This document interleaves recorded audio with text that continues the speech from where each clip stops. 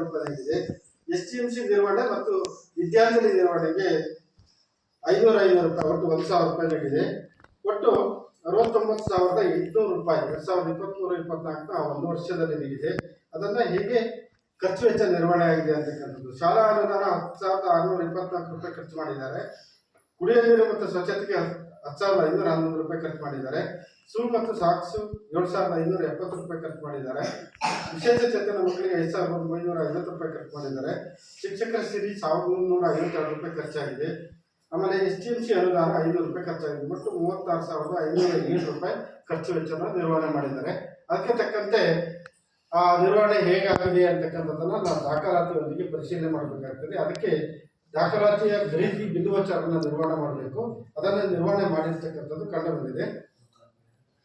ಆಮೇಲೆ ಆ ಸಾಲದಲ್ಲಿ 33,293 ರೂಪಾಯಿ ಉಳಿಕೆ ಆಗಿದೆ. ಮುಂದಿನ ಶೈಕ್ಷಣಿಕ ವರ್ಷಕ್ಕೆ ಅದನ್ನು ಬಳಕೆ ಮಾಡಲಿಕ್ಕೆ ಸರ್ಕಾರ ಮತ್ತು ಇಲಾಖೆ ಅನುವು ಮಾಡಿಕೊಟ್ಟಿದೆ. ಅದನ್ನು ಬಳಸ್ಕೊಂಡಿದ್ದಾರೆ. ಆಮೇಲೆ ಯೋಜನೆಯ ಮಾರ್ಗಸೂಚಿ ಪ್ರಕಾರ 134 ಅಂಶಗಳು. ಅದರಲ್ಲಿ ಮಕ್ಕಳು ಪಠ್ಯಪುಸ್ತಕಗಳನ್ನು ಪಡೆದಿದ್ದಾರೆ, ಸಮವಸ್ತ್ರಗಳನ್ನು ಪಡೆದಿದ್ದಾರೆ, ಉಚಿತ ಸುಸಾಕ್ಷಿಗಳನ್ನು ಪಡೆದಿದ್ದಾರೆ, ಬೆಳಿಗ್ಗೆ ಕೊಡ್ತಕ್ಕಂಥ ಹಾಲು ಇರ್ಬೋದು, ಹಾಲಿನ ಜೊತೆಗೆ ರಾಗಿ ಮಾಲ್ಟ್ ಇರ್ಬೋದು, ಮಧ್ಯಾಹ್ನದ ಬಿಸಿಯೂಟ ಇರ್ಬೋದು, ಅದ್ರ ಜೊತೆಗೆ ಪೋಷಕಾಂಶಯುಕ್ತವಾಗಿರ್ತಕ್ಕಂಥ ಮೊಟ್ಟೆ ಬಾಳೆಹಣ್ಣು ಇರ್ಬೋದು. ಯೋಜನೆಯ ಮಾರ್ಗಸೂಚಿ ಪ್ರಕಾರ ಹಾಗೂ ಇಲಾಖಾ ನಿಯಮದ ಪ್ರಕಾರ ಶಾಲೆಯಲ್ಲಿ ಉತ್ತಮವಾಗಿ ನಿರ್ವಹಣೆ ಆಗ್ತಾ ಇದೆಯಾ ಅಂತಕ್ಕಂಥದ್ದನ್ನು ನಾವು ಪರಿಶೀಲನೆಗೆ ಒಳಪಡಿಸಬೇಕಾಗ್ತದೆ. ಅದನ್ನು ನಾವು ಪರಿಶೀಲನೆ ಮಾಡಿದ್ದೇವೆ, ದಾಖಲಾತಿ ಪರಿಶೀಲನೆ ಮಾಡಿದ್ದೇವೆ. ಮಕ್ಕಳೊಂದಿಗೆ ನಾವು ಅಭಿಪ್ರಾಯವನ್ನು ಸಂಗ್ರಹಣೆ ಮಾಡಿದ್ದೇವೆ, ಪೋಷಕರೊಂದಿಗೆ ಅಭಿಪ್ರಾಯ ಸಂಗ್ರಹಣೆ ಮಾಡಿದ್ವಿ, ಶಿಕ್ಷಕರೊಂದಿಗೂ ಅಭಿಪ್ರಾಯವನ್ನು ಸಂಗ್ರಹಣೆ ಮಾಡಿದ್ವಿ. ಉತ್ತಮವಾಗಿ ನಿರ್ವಹಣೆ ಆಗ್ತಿದೆ ಅಂತಕ್ಕಂಥ ಅಭಿಪ್ರಾಯ ಬಂದಿದೆ ಇಲ್ಲಿ. ಆಮೇಲೆ ಮಕ್ಕಳು ವಿದ್ಯಾರ್ಥಿ ವೇತನವನ್ನು ಪಡೆದಿದ್ದಾರೆ. ವಿದ್ಯಾರ್ಥಿ ವೇತನ ಸ್ಕಾಲರ್ಶಿಪ್ ಕೊಡ್ತಕ್ಕಂಥದ್ದು ಇಲ್ಲಿ ಹೆಚ್ಚಿನ ಮಕ್ಕಳಿಗೆ ಯಾವುದೇ ಬಂದಿಲ್ಲ. ಒಂದು ಮಗುವಿಗೆ ಮೋಕ್ಷ ಅಂತಕ್ಕಂಥ 4ನೇ ತರಗತಿ ಮಗುವಿಗೆ ಒಂದು ಮಗು ಬಂದಿರ್ತಕ್ಕಂಥದ್ದು ಯಾವುದೇ ಮಗುವಿಗೆ ಇಲ್ಲ ಅಂತಕ್ಕಂಥ ಅಭಿಪ್ರಾಯ ಬಂದಿದೆ. ಆಮೇಲೆ ನಿಯಮಾನುಸಾರ ಹಲವು ವಿದ್ಯಾರ್ಥಿಗಳಿಗೆ ಸಾರಿಗೆ ವ್ಯವಸ್ಥೆಯನ್ನು ನೀಡಲಾಗಿದೆ. ಬಹಳ ದೂರದಿಂದ ಪ್ರಾಥಮಿಕ ಶಾಲೆ ಅಂತ ಹೇಳಿದ್ರೆ 2, 3, 4 ಕಿಲೋಮೀಟರ್ ಆಚೆಯಿಂದ ಹಳ್ಳಿ ದಾರಿಗಳಲ್ಲಿ, ಕಚ್ಚಾ ದಾರಿಯಲ್ಲಿ, ಹೊಳೆಗಳನ್ನು ದಾಟಿ ಕಾಡ ದಾರಿಯಲ್ಲಿ ಬರ್ತಕ್ಕಂಥ ಮಕ್ಕಳಿಗೆ ಆ ಮಕ್ಕಳನ್ನು ಆಯ್ಕೆ ಮಾಡಿ ಶಾಲೆ ಪ್ರಸ್ತಾವನೆ ಕಳಿಸಿದಲ್ಲಿ ವರ್ಷಕ್ಕೆ 6,000 ರೂಪಾಯಿ ನೀಡ್ತಕ್ಕಂಥ ಒಂದು ಯೋಜನೆ ಇದು. ಸಾರಿಗೆ ಭತ್ಯೆ ನೀಡ್ತಕ್ಕಂಥದ್ದಿದೆ. ಇಲ್ಲಿ ಯಾವುದೇ ಬಗ್ಗೆ ಬಂದಿಲ್ಲ ಅಂತಕ್ಕಂಥ ಅಭಿಪ್ರಾಯ ಬಂದಿದೆ ಇಲ್ಲಿ. ಆಮೇಲೆ ಸಾಕಷ್ಟು ಶಿಕ್ಷಕರು ಶಾಲೆಯಲ್ಲಿ ಇದ್ದಾರೆ. ಇಲಾಖಾ ನಿಯಮದ ಪ್ರಕಾರ 30 ಮಕ್ಕಳಿಗೆ ಒಬ್ಬ ಶಿಕ್ಷಕರು ಅಂತಕ್ಕಂಥ ನಿಯಮ ಇದೆ. ಅದರ ಪ್ರಕಾರ ಈ ಶಿಕ್ಷಕರು ಇದ್ದಾರೆ ಅಂತಕ್ಕಂಥದ್ದು. ಇಲ್ಲಿ ಇಲಾಖಾ ನಿಯಮದ ಪ್ರಕಾರ ಇಲ್ಲಿ 3 ಕಾಯಂ ಶಿಕ್ಷಕರ ಹುದ್ದೆ ಇದೆ. ಅದರ ಪ್ರಕಾರ 2 ಕಾಯಂ ಶಿಕ್ಷಕರು ಇದ್ದಾರೆ, 1 ಶಿಕ್ಷಕರ ಕೊರತೆ ಇದೆ. ಆಮೇಲೆ ಕಲಾ ಶಿಕ್ಷಣಕ್ಕೆ, ಆರೋಗ್ಯ ಶಿಕ್ಷಕರಿಗೆ, ದೈಹಿಕ ಶಿಕ್ಷಣಕ್ಕೆ, ವೃತ್ತಿ ಶಿಕ್ಷಣಕ್ಕೆ ಶಿಕ್ಷಕರು ಇರಬೇಕು ಅಂತಕ್ಕಂಥದ್ದು ಯೋಜನೆಯ ಮಾರ್ಗಸೂಚಿ ನಿಯಮ. ಯಾವುದೇ ಶಿಕ್ಷಕರಿಲ್ಲ. ಒಂದು ಶಾಲೆ ಅಂತ ಹೇಳಿದ್ರೆ ಪೂರ್ಣಾವಧಿಯ ಮುಖ್ಯ ಶಿಕ್ಷಕರನ್ನು ಹೊಂದಿರಬೇಕು. ಈ ಶಾಲೆಯಲ್ಲಿ ಪೂರ್ಣಾವಧಿಯ ಮುಖ್ಯ ಶಿಕ್ಷಕರಿಲ್ಲ.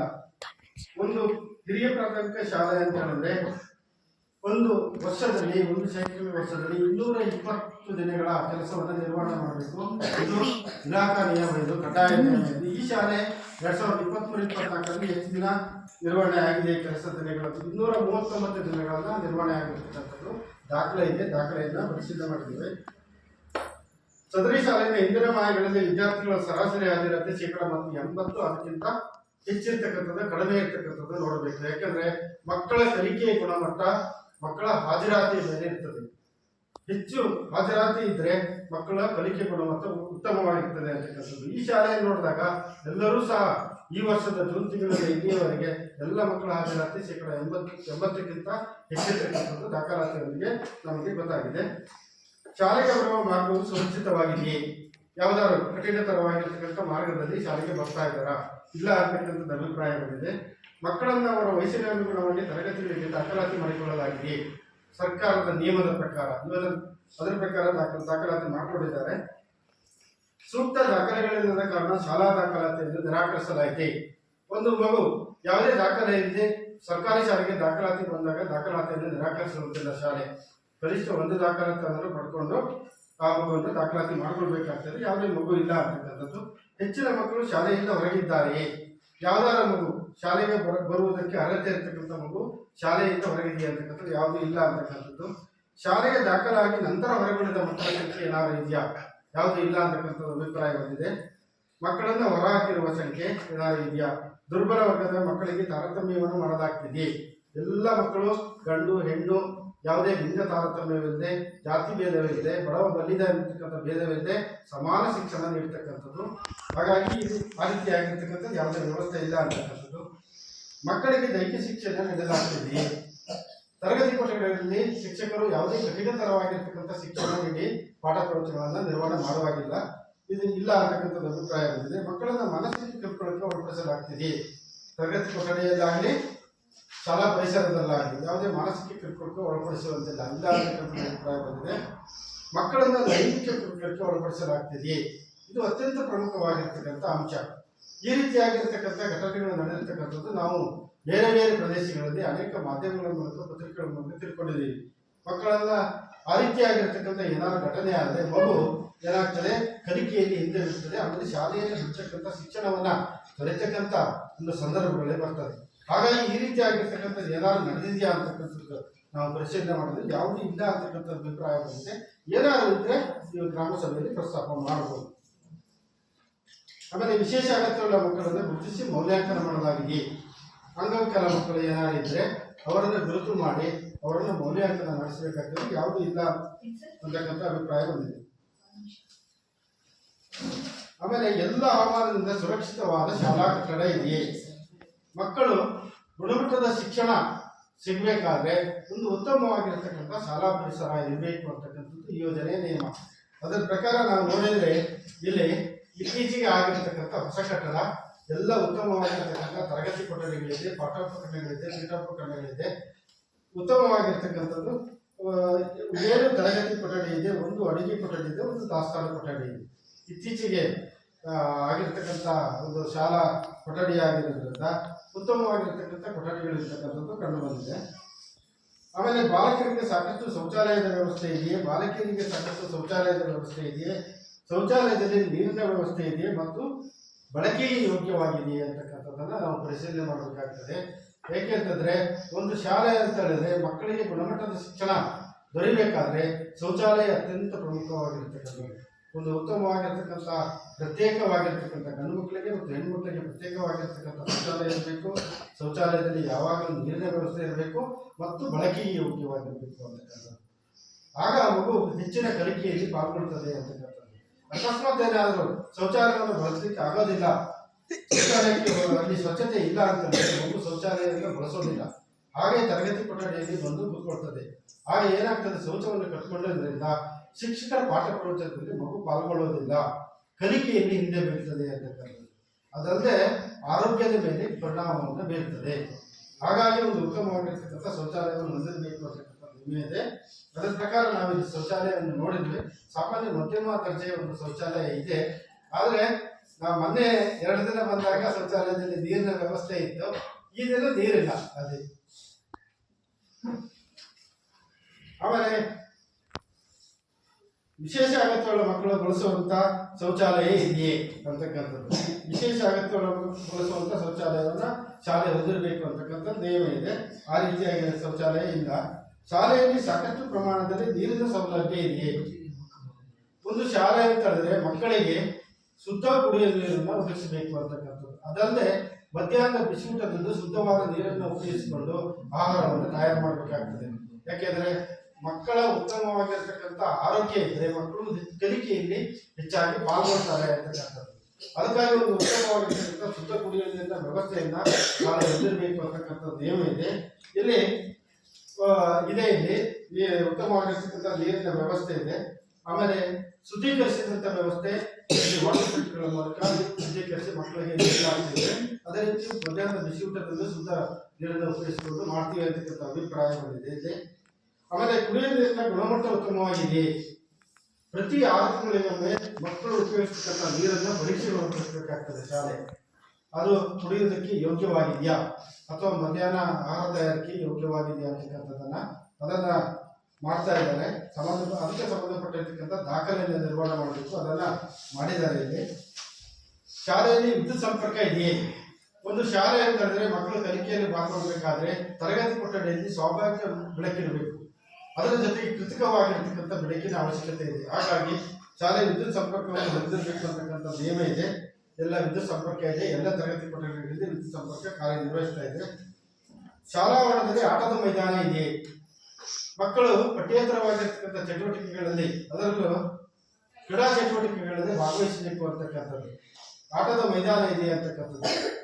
ಪ್ರಾಥಮಿಕ ಹಂತದಲ್ಲಿ ಕ್ರೀಡಾ ಸ್ಪರ್ಧೆಗಳಿರ್ತದೆ, ಅದಕ್ಕೆ ತಕ್ಕಂತೆ ಕ್ರೀಡಾ ಅಂಗಣಗಳನ್ನು ಹೊಂದಿರತಕ್ಕಂಥ ಒಂದು ಕ್ರೀಡಾ ಮೈದಾನ ಇರಬೇಕು ಅಂತಕ್ಕಂಥದ್ದು ನಿಯಮ ಇದೆ. ಆ ರೀತಿಯಾಗಿರ್ತಕ್ಕಂಥ ಯಾವುದೇ ಇಲ್ಲಿ ಸುಸಜ್ಜಿತವಾಗಿರ್ತಕ್ಕಂಥ ಆಟದ ಮೈದಾನ ಇಲ್ಲ. ಆಮೇಲೆ ಮಕ್ಕಳು ಅಭಿಪ್ರಾಯವನ್ನು ಹೇಳಿದ್ದಾರೆ, ನಮಗೆ ಕ್ರೀಡೆಗಳಿಗೆ ಕಲಿಸ್ತಕ್ಕಂಥ ಕಲಿಕೆಯನ್ನು ಅಭ್ಯಾಸ ಮಾಡ್ತಕ್ಕಂಥ ದೈಹಿಕ ಶಿಕ್ಷಕರು ಇಲ್ಲ ಅಂತಕ್ಕಂಥ ಅಭಿಪ್ರಾಯವನ್ನ ಹೇಳಿದ್ದಾರೆ. ಆಮೇಲೆ ಶಾಲಾ ಆವರಣದ ಸುತ್ತಲೂ ಕಾಂಪೌಂಡ್ ಗೋಡೆ ಇದೆಯೇ? ಮಕ್ಕಳ ರಕ್ಷಣಾ ದೃಷ್ಟಿಯಿಂದ ಶಾಲೆಯ ಸುತ್ತ ಒಂದು ಕಾಂಪೌಂಡ್ ಗೋಡೆ ಇರಬೇಕು ಅಂತಕ್ಕಂಥ ನಿಯಮ ಇದೆ. ಯಾಕೆಂದ್ರೆ ಏನಾದರೂ ಅಕಸ್ಮಾತ್ ಶಿಕ್ಷಕ ಕಣ್ತಪ್ಪಿ ಮಗು ಏನಾದರೂ ಶಾಲಾ ಪರಿಸರದಿಂದ ಹೊರಗಡೆ ಹೋದ್ರೆ ಯಾವ್ದಾದ್ರು ಬೇರೆ ರೀತಿಯಾಗಿರ್ತಕ್ಕಂಥ ಅನಾಹುತ ಆಗ್ತಕ್ಕಂಥದ್ದು ಏನಾರು ಇರ್ತದೆ. ಅದಲ್ಲದೆ ಶಾಲೆಯ ಸುತ್ತ ಏನಾದ್ರು ಕಾಂಪೌಂಡ್ ಇದ್ದರೆ ಹತ್ತಿರದಲ್ಲಿ ಗಿಡ ಮರಗಳು ಏನಾದ್ರು ಬೆಳೆದಿದ್ರೆ ಅನೇಕ ವಿಷ ಜಂತುಗಳು ಸರಕಾರಿ ಕೊಠಡಿಯಲ್ಲಿ ಬಂದಿಟ್ಕೊಂಡು ಮಕ್ಕಳಿಗೆ ಅನಾಹುತ ಆಗ್ತಕ್ಕಂಥ ಸಂದರ್ಭಗಳು ಇರ್ತದೆ. ಹಾಗಾಗಿ ರಕ್ಷಣಾ ದೃಷ್ಟಿಯಿಂದ ಶಾಲಾ ಕಾಂಪೌಂಡ್ ಅನ್ನು ಹೊಂದಬೇಕು ಅಂತಕ್ಕಂಥ ನಿಯಮ ಇದೆ. ಇಲ್ಲಿ 50% ಮಾತ್ರ ಇದೆ, ಇನ್ನು 50% ಶಾಲಾ ಸುತ್ತ ಕಾಂಪೌಂಡ್ ಇಲ್ಲ ಇದೆ. ಶಾಲೆಯ ಒಂದು ಗ್ರಂಥಾಲಯವನ್ನು ಹೊಂದಿದೆಯೇ? ಒಂದು ಉತ್ತಮವಾಗಿರ್ತಕ್ಕಂಥ ಶಾಲೆ ಅಂತ ಹೇಳಿದ್ರೆ ಮಕ್ಕಳು ಎಲ್ಲ ವಿಷಯದ ಕಲಿಕೆಗಳನ್ನು ಮಾಡಬೇಕು, ಉತ್ತಮ ಜ್ಞಾನವನ್ನು ಸಂಪಾದನೆ ಮಾಡಬೇಕು ಅಂತ ಹೇಳಿದ್ರೆ ಗ್ರಂಥಾಲಯವನ್ನು ಹೊಂದಿರಬೇಕು ಅಂತಕ್ಕಂಥ ನಿಯಮ ಇದೆ. ಅಲ್ಲಿ ಎಲ್ಲ ವಿಷಯದ ಪುಸ್ತಕಗಳಿರಬಹುದು. ಒಂದು ಉತ್ತಮವಾಗಿರ್ತಕ್ಕಂಥ ಗ್ರಂಥಾಲಯವನ್ನು ಹೊಂದಿರಬೇಕು ಅಂತಕ್ಕಂಥ ನಿಯಮ ಇದೆ. ಯಾಕೆಂತ ಹೇಳಿದ್ರೆ ಮಗು ಏನಾದ್ರು ಈ ಪ್ರಾಥಮಿಕ ಹಂತದಲ್ಲಿ ಪಠ್ಯ ಪುಸ್ತಕದಲ್ಲಿರ್ತಕ್ಕಂಥ ವಿಷಯಗಳನ್ನು ಮಾತ್ರ ಕಲಿತ್ರೆ ಮುಂದಿನ ಉನ್ನತವಾಗಿರ್ತಕ್ಕಂಥ ವಿದ್ಯಾಭ್ಯಾಸಕ್ಕೆ ಅದು ಸಾಕಾಗೋದಿಲ್ಲ. ಒಳ್ಳೆಯ ಪದವಿಗಳನ್ನು ಪಡೆಯಬೇಕು, ಪದವಿಗಳನ್ನು ಪಡೆದು ಹೊರಗಡೆ ಬಂದಾಗ ಒಳ್ಳೆಯ ಉದ್ಯೋಗಗಳನ್ನು ಪಡೆಯಬೇಕು, ಬೇರೆ ಕ್ಷೇತ್ರಗಳಲ್ಲಿ ಸಾಧನೆ ಮಾಡಬೇಕು ಅಂದರೆ ಪ್ರಾಥಮಿಕ ಹಂತದಲ್ಲಿ ಪಠ್ಯಪುಸ್ತಕದ ವಿಷಯಗಳನ್ನು ಕಲಿತ್ರೆ ಆ ಜ್ಞಾನ ಸಾಕಾಗೋದಿಲ್ಲ ಅಂತಕ್ಕಂಥದ್ದು. ಯಾಕೆಂದ್ರೆ ಮುಂದಿನ ದಿನಗಳಲ್ಲಿ ಮಕ್ಕಳೆಲ್ಲ ಒಳ್ಳೆ ಪದವಿ ಮತ್ತು ಒಳ್ಳೆ ಉದ್ಯೋಗ ಅಥವಾ ಕ್ಷೇತ್ರಗಳನ್ನು ಆಯ್ಕೆ ಮಾಡಬೇಕಾದ್ರೆ ಸ್ಪರ್ಧಾತ್ಮಕ ಪರೀಕ್ಷೆಗಳನ್ನು ಎದುರಿಸಬೇಕಾಗ್ತದೆ. ಹಾಗಾಗಿ ಮಗು ಪಠ್ಯ ವಿಷಯದ ಕಲಿಕೆಗೆ ಗ್ರಂಥಾಲಯದಲ್ಲಿರ್ತಕ್ಕಂಥ ಅನೇಕ ಪುಸ್ತಕಗಳನ್ನ ಓದಿ ಜ್ಞಾನವನ್ನು ಸಂಪಾದನೆ ಮಾಡಬೇಕು. ಹಾಗಾಗಿ ಒಂದು ಉತ್ತಮವಾಗಿರ್ತಕ್ಕಂಥ ಗ್ರಂಥಾಲಯವನ್ನು ಹೊಂದಿರಬೇಕು ಅಂತಕ್ಕಂಥ ನಿಯಮ ಇದೆ. ಈ ಶಾಲೆಯಲ್ಲಿ 1289 ಪುಸ್ತಕಗಳಿರ್ತಕ್ಕಂಥ ಒಂದು ಗ್ರಂಥಾಲಯ ಇದೆ, ದಾಖಲಾತಿ ನಿರ್ವಹಣೆ ಇದೆ, ಅದೇ ರೀತಿ ಪುಸ್ತಕಗಳಿರ್ತಕ್ಕಂಥದ್ದು ಕಂಡು ಬಂದಿದೆ. ಆಮೇಲೆ ಗ್ರಂಥಾಲಯದಲ್ಲಿ ದಿನಪತ್ರಿಕೆ ಇದೆಯೇ? ಆಮೇಲೆ ನಿಯತಕಾಲಿಕೆಗಳಿದೆಯೇ ಅಂತಕ್ಕಂಥದ್ದು. ದಿನಪತ್ರಿಕೆಯನ್ನು ಓದಬೇಕು, ಪ್ರಚಲಿತ ವಿದ್ಯಮಾನಗಳನ್ನ ಮಗು ಕಲಿಬೇಕು ಅಂತಕ್ಕಂಥದ್ದು. ಅದೇ ರೀತಿ ದಿನಪತ್ರಿಕೆ ಇದೆ, ನಿಯತಕಾಲಿಕೆಗಳು ಯಾವುದೂ ಇಲ್ಲ ಅಂತಕ್ಕಂಥದ್ದು. ಎಲ್ಲ ವಿಷಯದ ಪುಸ್ತಕಗಳಿದೆಯೇ? ಎಲ್ಲ ವಿಷಯದ ಪುಸ್ತಕಗಳಿದೆ. ಆಮೇಲೆ ಗ್ರಂಥಾಲಯದ ಅವಧಿಯನ್ನು ನಮೂದು ಮಾಡಿದ್ದಾರೆ. ಆಮೇಲೆ ಮಕ್ಕಳಿಗೆ ಹಂಚಿಕೆ ಮಾಡ್ತಕ್ಕಂಥದ್ದು, ಮಗುವಿಗೆ ಪುಸ್ತಕಗಳ ಅದರ ಒಂದು ರಿಜಿಸ್ಟರ್ ಮೇಂಟೈನ್ ಮಾಡಬೇಕು, ಅದನ್ನು ಮಾಡಿದ್ದಾರೆ. ಇಲ್ಲಿ ಕ್ರೀಡಾ ಸಾಮಗ್ರಿಗಳು ಶಾಲೆಯಲ್ಲಿ ಇದೆಯೇ? ಮಕ್ಕಳ ಕ್ರೀಡಾ ಸ್ಪರ್ಧೆಗಳಿಗೆ ಅನುಕೂಲಕರವಾಗಿರ್ತಕ್ಕಂಥ ಕ್ರೀಡಾ ಸಾಮಗ್ರಿಗಳನ್ನು ಶಾಲೆಯಲ್ಲಿ ಹೊಂದಿರಬೇಕು ಅಂತಕ್ಕಂಥದ್ದು ಹೊಂದಿದೆ. ಇಲ್ಲಿ ಅದನ್ನು ಮಕ್ಕಳಿಗೆ ನೀಡಲಾಗ್ತಿದೆ.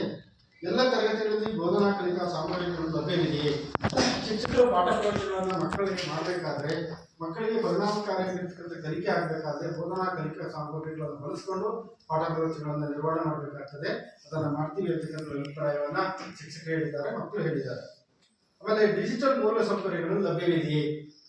ಒಂದು ಶಾಲೆ ಅಂತ ಹೇಳಿದ್ರೆ ಉತ್ತಮವಾಗಿರ್ತಕ್ಕಂಥ ಮಕ್ಕಳಿಗೆ ಪರಿಣಾಮಕಾರಿಯಾಗಿರ್ತಕ್ಕಂಥ ಕಲಿಕೆ ಆಗಬೇಕಾದ್ರೆ ಸಮಗ್ರ ಶಿಕ್ಷಣ ಯೋಜನೆಯ ಮಾರ್ಗಸೂಚಿ ಪ್ರಕಾರ ಡಿಜಿಟಲ್ ಮೂಲ ಸೌಕರ್ಯಗಳನ್ನು ಹೊಂದಿರಬೇಕಾಗುತ್ತೆ.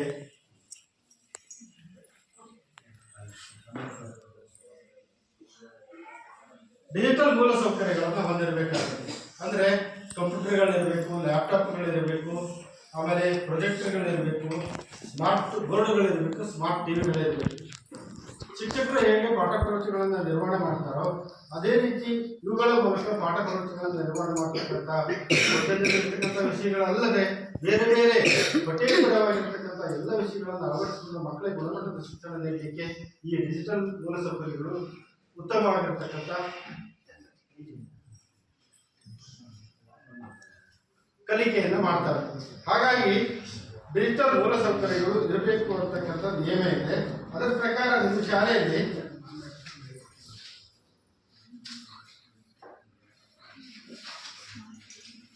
ಇಲ್ಲಿ ಕಂಪ್ಯೂಟರ್ ಪ್ರಾಥಮಿಕ ಹಂತದಲ್ಲಿ ಕಂಪ್ಯೂಟರ್ ಜ್ಞಾನವನ್ನು ಪಡಿಬೇಕು ಅಂತ ಇದೆ. ಇಲ್ಲಿ ಕಂಪ್ಯೂಟರ್ ಇಲ್ಲ, ಯಾವುದೇ ಆಮೇಲೆ ಒಂದು ಲ್ಯಾಪ್ಟಾಪ್ ಇದೆ, ಅದು ಮಕ್ಕಳಿಗೆ ಉಪಯೋಗ ಆಗ್ತಾ ಇದೆ ಅಂತ ಹೇಳಿದ್ದಾರೆ. ಪ್ರೊಜೆಕ್ಟರ್ ಇರಬೇಕು, ಅದು ಯಾವುದೂ ಇಲ್ಲ ಇಲ್ಲಿ. ಸ್ಮಾರ್ಟ್ ಬೋರ್ಡ್ ಇರಬೇಕು, ಅದು ಇಲ್ಲ. ಆಮೇಲೆ ಸ್ಮಾರ್ಟ್ ಟಿವಿ, ಒಂದು ಸ್ಮಾರ್ಟ್ ಟಿವಿ ಇದೆ. ಅದರಿಂದ ಶಿಕ್ಷಕರು ಹೇಗೆ ಪಾಠ ಪ್ರವಚನಗಳನ್ನ ತರಗತಿಯಲ್ಲಿ ಮಾಡ್ತಾರೋ ಅದೇ ರೀತಿ ಬೇರೆ ಬೇರೆ ನಮ್ಮ ಫೋನಿಂದ ಇರ್ಬೋದು, ಬೇರೆ ಬೇರೆ ಡಿಜಿಟಲ್ ವ್ಯವಸ್ಥೆಗಳ ಮೂಲಕ ಪಾಠ ಪ್ರವಚನಗಳನ್ನ ಡೌನ್ಲೋಡ್ ಮಾಡಿಕೊಂಡು ಅದನ್ನ ಆ ಒಂದು ಡಿಜಿಟಲ್ ಮಾಧ್ಯಮಗಳ ಮೂಲಕ ಮಕ್ಕಳಿಗೆ ಬೋಧನೆಯನ್ನು ಮಾಡ್ತಕ್ಕಂಥ ಅವಕಾಶಗಳನ್ನು ಮಾಡಬೇಕಾಗುತ್ತೆ ಶಾಲೆ. ಆಗ ಮಕ್ಕಳಿಗೆ ಸರ್ಕಾರಿ ಶಾಲೆಗಳಲ್ಲಿ ಗುಣಮಟ್ಟದ ಶಿಕ್ಷಣ ನೀಡಲಿಕ್ಕೆ ಅವಕಾಶ ಇರ್ತದೆ. ಹಾಗಾಗಿದ್ದರಿಂದ ಇಲ್ಲಿ ಕೆಲವೊಂದು ಲ್ಯಾಪ್ಟಾಪ್ ಮಾತ್ರ ಹೊಂದಿದೆ, ಆಮೇಲೆ ಒಂದು ಸ್ಮಾರ್ಟ್ ಟಿವಿ ಇದೆ. ಇನ್ಯಾವುದೇ ಡಿಜಿಟಲ್ ಮೂಲಸೌಕರ್ಯಗಳು ಈ ಶಾಲೆಯಲ್ಲಿ ಲಭ್ಯವಿಲ್ಲ. ಆಮೇಲೆ ಜಾಗೃತ ದಿನವನ್ನು ಜಾರಿ ಮಾಡಲಾಗಿದೆ. ಮಗು ಎಲ್ಲ ದಿನಗಳಲ್ಲಿ ಬ್ಯಾಗನ್ನ ಹೊರೆಯನ್ನು ಹೊತ್ಕೊಂಡು ಶಾಲೆಗೆ ಬರಬೇಕು ಅಂತಕ್ಕಂಥದ್ದು. ತಿಂಗಳಿಗೆ ಒಂದೊಂದು ದಿನಗಳಲ್ಲಿ ಬ್ಯಾಗ್ ಇಲ್ಲದೆ ಶಾಲೆಗೆ ಬರಬೇಕು, ಸಂಬಂಧಿಸಬೇಕು, ಬೇರೆ ಬೇರೆ ಚಟುವಟಿಕೆಗಳಲ್ಲಿ ಪಾಲ್ಗೊಳ್ಬೇಕು ಅಂತಕ್ಕಂಥ ನಿಯಮ ಇದೆ. ಇಲ್ಲಿ ಪ್ರತಿ ತಿಂಗಳ 3ನೇ ಶನಿವಾರ ಆ ರೀತಿ ಮಾಡ್ತೀವಿ ಅಂತಕ್ಕಂಥ ಹೇಳಿದ್ದಾರೆ. ಯುವ ಮತ್ತು ಪರಿಸರಕ್ಕೆ ಮಗಳು ಲಭ್ಯ ಇದೆ. ಪರಿಸರದ ಬಗ್ಗೆ ಜ್ಞಾನವನ್ನ ಮಕ್ಕಳಿಗೆ ತಿಳುವಳಿಕೆಯನ್ನು ನೀಡ್ತಕ್ಕಂಥದ್ದು. ಹತ್ತಿರದಲ್ಲಿರ್ತಕ್ಕಂಥ ಅನೇಕ ರೀತಿಯಾಗಿರ್ತಕ್ಕಂಥ ಯಾವುದೇ ಪರಿಸರದ ಸ್ಥಳಗಳಿಗೆ ಭೇಟಿ ನೀಡಿ ಪ್ರಾತ್ಯಕ್ಷತೆಯನ್ನ ನೀಡ್ತಕ್ಕಂಥದ್ದು. ಮಕ್ಕಳಿಗೆ ಅಲ್ಲಿಯ ಪ್ರತ್ಯಕ್ಷದ ಅನುಭವ ಕಲಿಕೆಯನ್ನು ಮಾಡ್ತಕ್ಕಂಥ ಒಂದು ಕಲಿಕೆಯನ್ನ ಶಾಲೆ ಮಾಡಬೇಕಾಗ್ತದೆ. ಅದನ್ನು ಮಾಡ್ತೀವಿ ಅಂತಕ್ಕಂಥ ಅಭಿಪ್ರಾಯವನ್ನು ಹೇಳಿದ್ದಾರೆ. ಪ್ರಯೋಗಗಳಿರುವ ಪ್ರಯೋಗಾಲಯಗಳು ಲಭ್ಯವಿದೆಯೇ ಮತ್ತು ಬಳಸಲಾಗ್ತಿದೆಯೇ? 6ನೇ ತರಗತಿಯ ವಿಜ್ಞಾನ ಪಾಠ ಪ್ರವಚನವನ್ನು ನಿರ್ವಹಣೆ ಮಾಡಬೇಕಾದ್ರೆ ಪ್ರಯೋಗಗಳ ಮೂಲಕ ಪಾಠ ಪ್ರವಚನವನ್ನು ನಿರ್ವಹಣೆ ಮಾಡಬೇಕು. ಆಗ ಮಕ್ಕಳಿಗೆ ಪರಿಣಾಮಕಾರಿಯಾಗಿರ್ತಕ್ಕಂಥ ಕಲಿಕೆ ಆಗ್ತದೆ ಅಂತಕ್ಕಂಥದ್ದು. ಅದನ್ನ ಪ್ರಯೋಗಾಲಯ ಇದೆ, ಅದನ್ನು ಮಾಡ್ತೀವಿ ಅಂತಕ್ಕಂಥ ಅಭಿಪ್ರಾಯವನ್ನು ಹೇಳಿದ್ದಾರೆ. ವಿಜ್ಞಾನ ಮತ್ತು ಗಣಿತ ಕಿಟ್ ಲಭ್ಯವಿದೆ. ಕಿಟ್ಗಳ ಮೂಲಕ ಮಕ್ಕಳಿಗೆ ಪಾಠ ಪ್ರವಚನ ನಿರ್ವಹಣೆ ಮಾಡತಕ್ಕಂಥದ್ದು. ಅದರ ಮೂಲಕ ಮಕ್ಕಳಿಗೆ ಗುಣಮಟ್ಟದ ಕಲಿಕೆ ಆಗ್ತದೆ. ಇಲ್ಲಿ ಗಣಿತ ಕಿಟ್ ಇದೆ, ವಿಜ್ಞಾನ ಕಿಟ್ ಇಲ್ಲ ಅಂತಕ್ಕಂಥ ಅಭಿಪ್ರಾಯ ಬಂದಿದೆ. ಸ್ವಯಂ ರಕ್ಷಣಾ ತರಬೇತಿಯನ್ನು ಹೆಣ್ಣು ಮಕ್ಕಳಿಗೆ ನೀಡಲಾಗ್ತಿದೆ. ಕರಾಟೆ ತರಬೇತಿಯನ್ನ ಮಕ್ಕಳಿಗೆ ನೀಡ್ತಕ್ಕಂಥದ್ದು. ಅದನ್ನ ಖಾಸಗಿ ಶಿಕ್ಷಕರಿಂದ ನಾವು ತರಬೇತಿಯನ್ನು ನೀಡ್ತಾ ಇದ್ದೇವೆ ಅಂತಕ್ಕಂಥ ಅಭಿಪ್ರಾಯವನ್ನು ತಿಳಿಸಿದ್ದಾರೆ. ಆಮೇಲೆ ಕೆಲವು ಮೂಲ ಸೌಕರ್ಯಗಳು ಇತರ ಯೋಜನೆಗಳಿಂದ ಮಂಜೂರಾಗಿದೆಯೇ ಮತ್ತು ನಿರ್ವಹಿಸಲಾಗಿದೆಯೇ? ಶಾಲೆಯ ಭೌತಿಕವಾಗಿರ್ತಕ್ಕಂಥ ಅಭಿವೃದ್ಧಿ ಇರ್ಬೋದು, ಶೈಕ್ಷಣಿಕವಾಗಿರ್ತಕ್ಕಂಥ ಅಭಿವೃದ್ಧಿ ಇರ್ಬೋದು, ಎಲ್ಲ ಅಭಿವೃದ್ಧಿಗೆ ಶಿಕ್ಷಣ ಇಲಾಖೆಯ ಅನುದಾನ ಸಾಕಾಗೋದಿಲ್ಲ. ಹಾಗಾಗಿ ಸರ್ಕಾರ ಕೆಲವೊಂದು ಅವಕಾಶಗಳನ್ನು ಮಾಡಿಕೊಟ್ಟಿದೆ. ಬೇರೆ ಬೇರೆ ಇಲಾಖೆಗಳಿಂದ ಅನುದಾನವನ್ನು ಪಡ್ಕೊಳ್ತಕ್ಕಂಥ ಅವಕಾಶವನ್ನು ಮಾಡಿಕೊಟ್ಟಿದೆ. ಗ್ರಾಮ ಪಂಚಾಯತಿ ಇರ್ಬೋದು, ತಾಲೂಕು ಪಂಚಾಯತಿ, ಜಿಲ್ಲಾ ಪಂಚಾಯತಿ, ಶಾಸಕರ ಅನುದಾನ, ಸಂಸದರ ಅನುದಾನ, ಆಮೇಲೆ ವಿಧಾನ ಪರಿಷತ್ ಸದಸ್ಯರು ಮತ್ತು ಶಿಕ್ಷಕರ ಪ್ರತಿನಿಧಿಗಳ ಅನುದಾನಗಳನ್ನು ಪಡೆದುಕೊಂಡು ಶಾಲೆಯನ್ನು ಅಭಿವೃದ್ಧಿ ಮಾಡ್ತಕ್ಕಂಥ ಅವಕಾಶವನ್ನು ಮಾಡಿಕೊಟ್ಟಿದೆ. ನಿಮ್ಮ ಶಾಲೆ ಈಗಾಗಲೇ ಹೊಸದಾಗಿರ್ತಕ್ಕಂಥ ಅನೇಕ ತರಗತಿ ಕೊಠಡಿಗಳು ನಿರ್ಮಾಣ ಆಗಿದೆ. ಇದು ಇತ್ತೀಚೆಗೆ ಆಗಿರ್ತಕ್ಕಂಥದ್ದು. ಇದು ಶಾಸಕರ ಅನುದಾನದಿಂದ ಈ ಒಂದು ಉತ್ತಮವಾಗಿರ್ತಕ್ಕಂಥ ತರಗತಿ ಕೊಠಡಿಗಳು ನಿರ್ಮಾಣ ಆಗಿರ್ತಕ್ಕಂಥದ್ದು. ಇತ್ತೀಚೆಗೆ ಜಿಲ್ಲಾ ಪಂಚಾಯತಿಯಿಂದ ಒಂದು ರಂಗಮಂದಿರ ನಿರ್ಮಾಣ ಆಗಿದೆ. 25-26ನೇ ಸಾಲಿನಲ್ಲಿ 5 ಲಕ್ಷದ ಇದರಿಂದ ಅದೊಂದು ಕಾಮಗಾರಿ ಆಗಿರ್ತಕ್ಕಂಥದ್ದು. ಆಮೇಲೆ ಗ್ರಾಮ ಪಂಚಾಯತ್ ವತಿಯಿಂದ ಮೇಲ್ಚಾವಣಿ ಸೀಟ್ ಅಳವಡಿಕೆ ಮತ್ತು ನೆಲ್ಲಿಕಟ್ಟೆ ನಲ್ಲಿ ಅಳವಡಿಕೆಯನ್ನ ಮಾಡಿದ್ದಾರೆ. ಈ 2 ಕಾಮಗಾರಿಗಳು 25-26ನೇ ಸಾಲಿನಲ್ಲಿ ಅನುಷ್ಠಾನ ಆಗಿರ್ತಕ್ಕಂಥದ್ದು ಕಂಡು ಬಂದಿದೆ. ಆ ಕಾಮಗಾರಿಗೆ ಸಂಬಂಧಪಟ್ಟಂತೆ ದಾಖಲಾತಿಯನ್ನು ನಾವು ಪರಿಶೀಲನೆ ಮಾಡಿದ್ವಿ. ಕಾಮಗಾರಿಯನ್ನು ಪರಿಶೀಲನೆ ಮಾಡಿದರೆ ಕಾಮಗಾರಿ ನಿರ್ವಹಣೆ ಆಗಿರ್ತಕ್ಕಂಥದ್ದು ಕಂಡು ಬಂದಿದೆ. ಅದೇ ರೀತಿ ಶಿಕ್ಷಕರಿಗೆ ಸಂಬಂಧಪಟ್ಟಂತೆ ಕೆಲವೊಂದು ಪರಿಶೀಲನೆಗೆ ಒಳಪಡಿಸಬೇಕಾಗ್ತದೆ. ಶಿಕ್ಷಕರು ನಿಯಮಿತವಾಗಿ ಶಾಲೆಗೆ ಹಾಜರಾಗ್ತಾರೆಯೇ? ಆಮೇಲೆ ಶಿಕ್ಷಕರು ಪ್ರತಿದಿನ ಶಾಲೆಗೆ ತಡವಾಗಿ ಬರುತ್ತಾರೆಯೇ? ಶಿಕ್ಷಕರು ಪ್ರತಿದಿನ ಶಾಲೆಯಿಂದ ಮುಂಚಿತವಾಗಿ ತೆರಳುತ್ತಾರೆಯೇ? ಶಿಕ್ಷಣ ಇಲಾಖೆ ನಿಯಮದ ಪ್ರಕಾರ ಶಿಕ್ಷಕರು ಶಾಲೆಗೆ ಆಗಮಿಸಬೇಕು, ಪಾಠ ಪ್ರವಚನಗಳನ್ನು ನಿರ್ವಹಣೆ ಮಾಡಬೇಕು. ಏನು ಇಲಾಖೆಯ ನಿಯಮಗಳನ್ನು ಪಾಲನೆ ಮಾಡಿ ಕಾಲಕಾಲಕ್ಕೆ ಪರೀಕ್ಷೆಗಳನ್ನು, ಘಟಕ ಪರೀಕ್ಷೆಗಳನ್ನು ಮಾಡಬೇಕು, ಅದರ ಮೌಲ್ಯಾಂಕನ ಮಾಡಬೇಕು.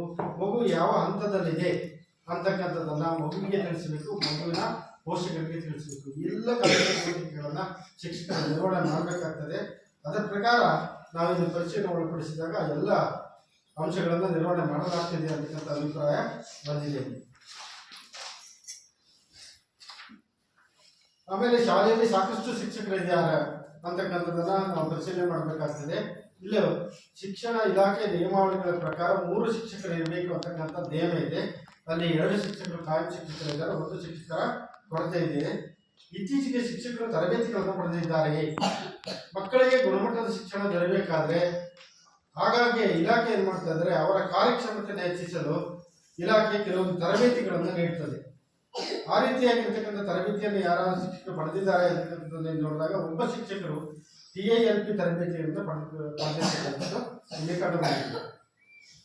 ಆಮೇಲೆ ಮಕ್ಕಳ ಮ್ಯಾಪಿಂಗ್ ಮತ್ತು ಜಾಡಿ ಹಿಡಿಯುವ ಕಾರ್ಯವನ್ನು ಮಾಡಲಾಗಿದೆ.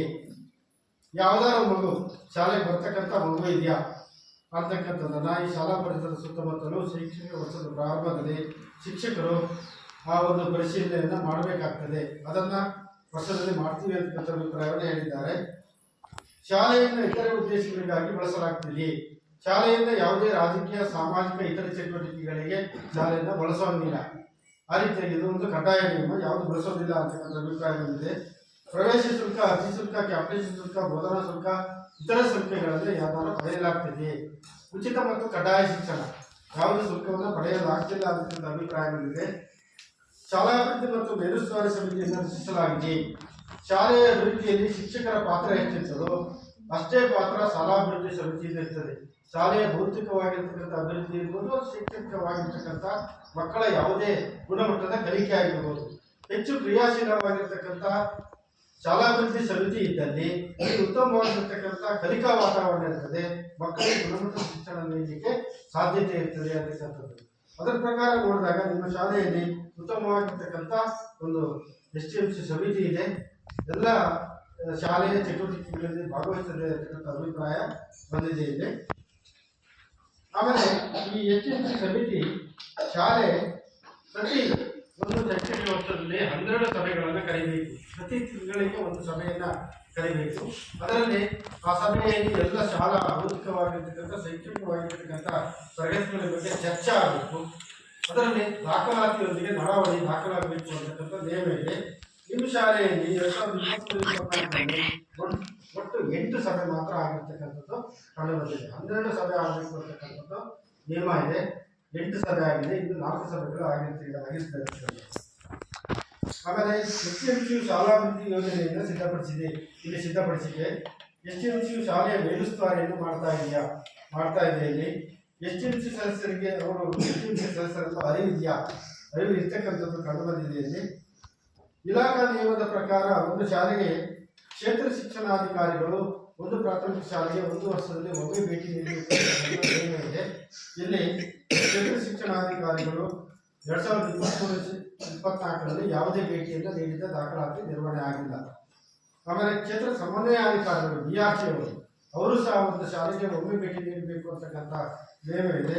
ಅವರು ಸಹ ಭೇಟಿ ನೀಡಿರ್ತಕ್ಕಂಥ ಯಾವುದೇ ದಾಖಲಾತಿ ನಿರ್ವಹಣೆ ಆಗಿಲ್ಲ. ಆಮೇಲೆ ಕ್ಲಸ್ಟರ್ ಸಂಪನ್ಮೂಲ ವ್ಯಕ್ತಿಯು ಒಂದು ಶೈಕ್ಷಣಿಕ ವರ್ಷದಲ್ಲಿ ಒಂದು ಶಾಲೆಗೆ 12 ಬಾರಿ ಭೇಟಿ ನೀಡಬೇಕು ಅಂತಕ್ಕಂಥ ನಿಯಮ ಇದೆ. ಕ್ಲಸ್ಟರ್ ಸಂಪನ್ಮೂಲ ವ್ಯಕ್ತಿ ಅಂತಕ್ಕಂಥದ್ದು ಅತ್ಯಂತ ಪ್ರಮುಖವಾಗಿರ್ತಕ್ಕಂಥದ್ದು. ಯಾಕೆಂತಂದ್ರೆ ಇಲಾಖಾ ನಿಯಮಗಳನ್ನು ಶಾಲೆಗೆ ತರಿಸ್ತಕ್ಕಂಥದ್ದು, ಶಾಲೆಯ ಎಲ್ಲ ಏನು ಕಾರ್ಯಚಟುವಟಿಕೆಗಳು ಮಾಡ್ತದೆ ಮಾಹಿತಿಗಳನ್ನು ಇಲಾಖೆಗೆ ತಲುಪಿಸ್ತಾರೆ. ಇಲಾಖೆಗೆ ಮತ್ತು ಶಾಲೆಗೆ ಕೊಂಡಿ ಇದ್ದಂತೆ ಸಮನ್ವಯಗಳನ್ನು ಸಾಧಿಸಿ ಉತ್ತಮವಾಗಿರ್ತಕ್ಕಂಥ ಕಲಿಕಾ ವಾತಾವರಣವನ್ನು ನಿರ್ಮಾಣ ಮಾಡ್ತಕ್ಕಂಥದ್ದು ಈ ಕ್ಲಸ್ಟರ್ ಸಂಪನ್ಮೂಲ ವ್ಯಕ್ತಿಯ ಕಾರ್ಯನಿರ್ವಹಣೆ.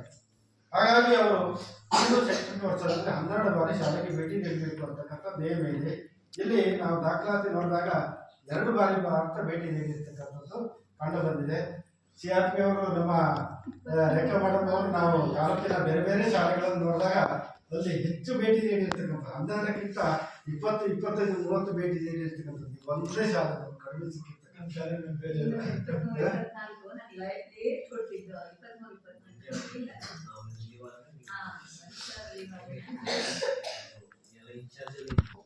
ಆಮೇಲೆ ಕ್ರೀಡೆಗಳಿಗೆ ಸಂಬಂಧಪಟ್ಟಂತೆ ಕ್ರೀಡಾ ಕಲಿಕೆಯನ್ನು ಮಾಡಲು ಕ್ರೀಡಾ ಸಾಮಗ್ರಿಗಳನ್ನು ಖರೀದಿ ಮಾಡಲು ಸರ್ಕಾರ 25-26ರಲ್ಲಿ 10,000 ರೂಪಾಯಿ ಅನುದಾನ ಕೊಟ್ಟಿದೆ. ಅದರ ಪ್ರಕಾರ ಮಾರ್ಗಸೂಚಿ ಪ್ರಕಾರ 31 ಕ್ರೀಡಾ ಸಾಮಗ್ರಿಗಳನ್ನು ಖರೀದಿಸಿದ್ದಾರೆ. ಗ್ರಂಥಾಲಯಕ್ಕೆ 6,500 ರೂಪಾಯಿ ಅನುದಾನವನ್ನು ಕೊಟ್ಟಿದೆ. ಅದರ ಮಾರ್ಗಸೂಚಿ ಪ್ರಕಾರ 72 ಪುಸ್ತಕಗಳನ್ನು ಖರೀದಿಸಲಾಗಿದೆ. ಅವುಗಳನ್ನು ಗ್ರಂಥಾಲಯದಲ್ಲಿ ಅಳವಡಿಸಿ ಮಕ್ಕಳಿಗೆ ಓದಲಿಕ್ಕೆ ಅವಕಾಶವನ್ನು ಮಾಡಿಕೊಡಲಾಗಿದೆ.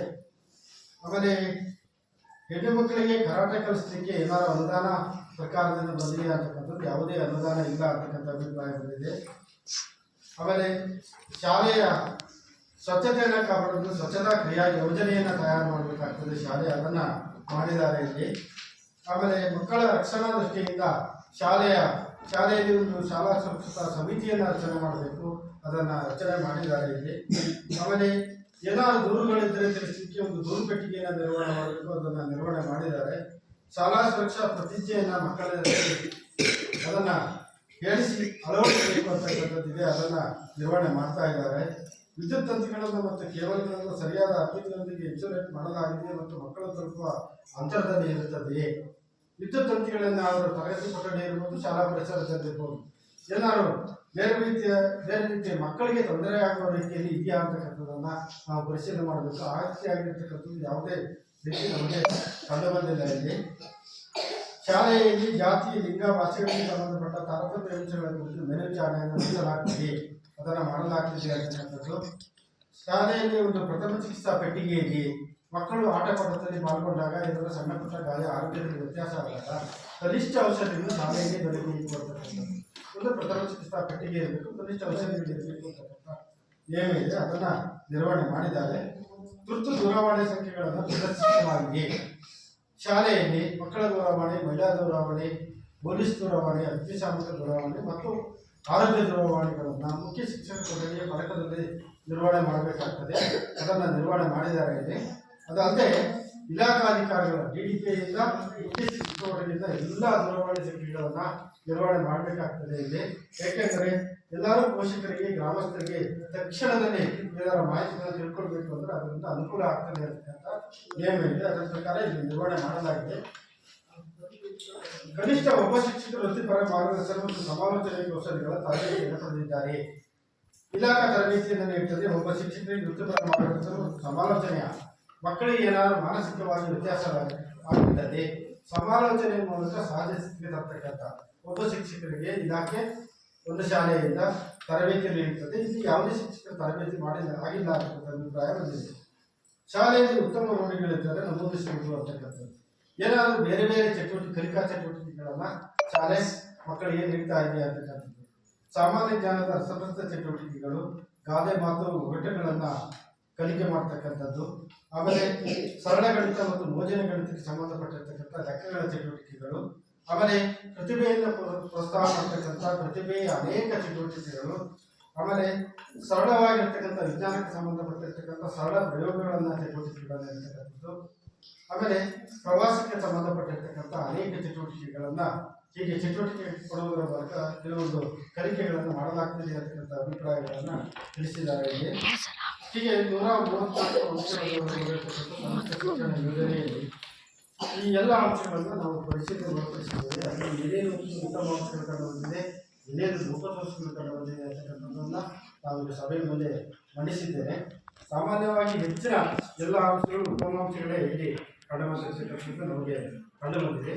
ಕೆಲವು ಲೋಪದೋಷಗಳಿದೆ. ಇಲ್ಲಿ ಏನಾದರೂ ನಮ್ಮ ಗಮನಕ್ಕೆ ಬಾರದೇ ಇರ್ತಕ್ಕಂಥ ಏನಾದರೂ ಇದ್ರೆ, ಉತ್ತಮ ಅಂಶ ಇದ್ರು, ಆಮೇಲೆ ಲೋಪದೋಷಗಳಿದ್ದರೂ ನಾವು ಸಭೆಯಲ್ಲಿ ಚರ್ಚೆ ಮಾಡಿದರೆ ಅದರ ಮೂಲಕ ನಾವು ವರದಿಯ ಮೂಲಕ ಎಲ್ಲರೂ ಸೇರಿಸಿ ವರದಿಯ ಮೂಲಕ ಸರ್ಕಾರದ ಗಮನಕ್ಕೆ ತರ್ತೀವಿ ಅಂತ ತಿಳಿಸ್ತಾ ಈ ಎಲ್ಲ ಅಂಶಗಳನ್ನು ತಿಳಿಸಲಿಕ್ಕೆ ಅವಕಾಶ ಕೊಟ್ಟಿರ್ತಕ್ಕಂಥ ಎಲ್ಲರಿಗೂ ಧನ್ಯವಾದ.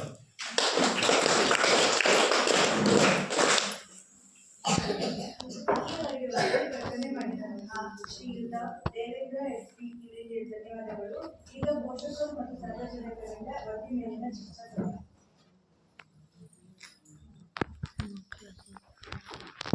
ಸುಧಾರಣೆಗಳಾಗಬೇಕು. ಏನಾದರೂ ಈ ವಿಚಾರಕ್ಕೆ ಏನು ಮಂಡನೆ ಆಗ್ತಲ್ಲ, ಈ ವಿಚಾರಕ್ಕೆ ಏನಾದರೂ ಸಜೆಷನ್ ಆಗಿರ್ಬೋದು, ಅಥವಾ ಏನಾದರೂ ಇನ್ನೂ ಇಂಪ್ರೂವ್ಮೆಂಟ್ ಆಗಬೇಕಿತ್ತು, ಹಿಂಗಾಗಿದೆ ಓವರ್ ಆಲ್ ಏನಾದರೂ ಪ್ರಶ್ನೆಗಳಾಗಿರ್ಬೋದು, ಸಜೆಷನ್ ಆಗಿರ್ಬೋದು.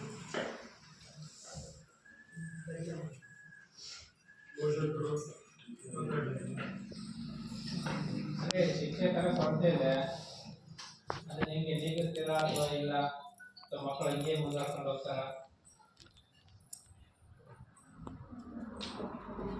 ಶಿಕ್ಷಕ ನಿರ್ಧಾರ ಮತ್ತು ಟ್ರಾನ್ಸ್ಫರ್ ಬೇಕು.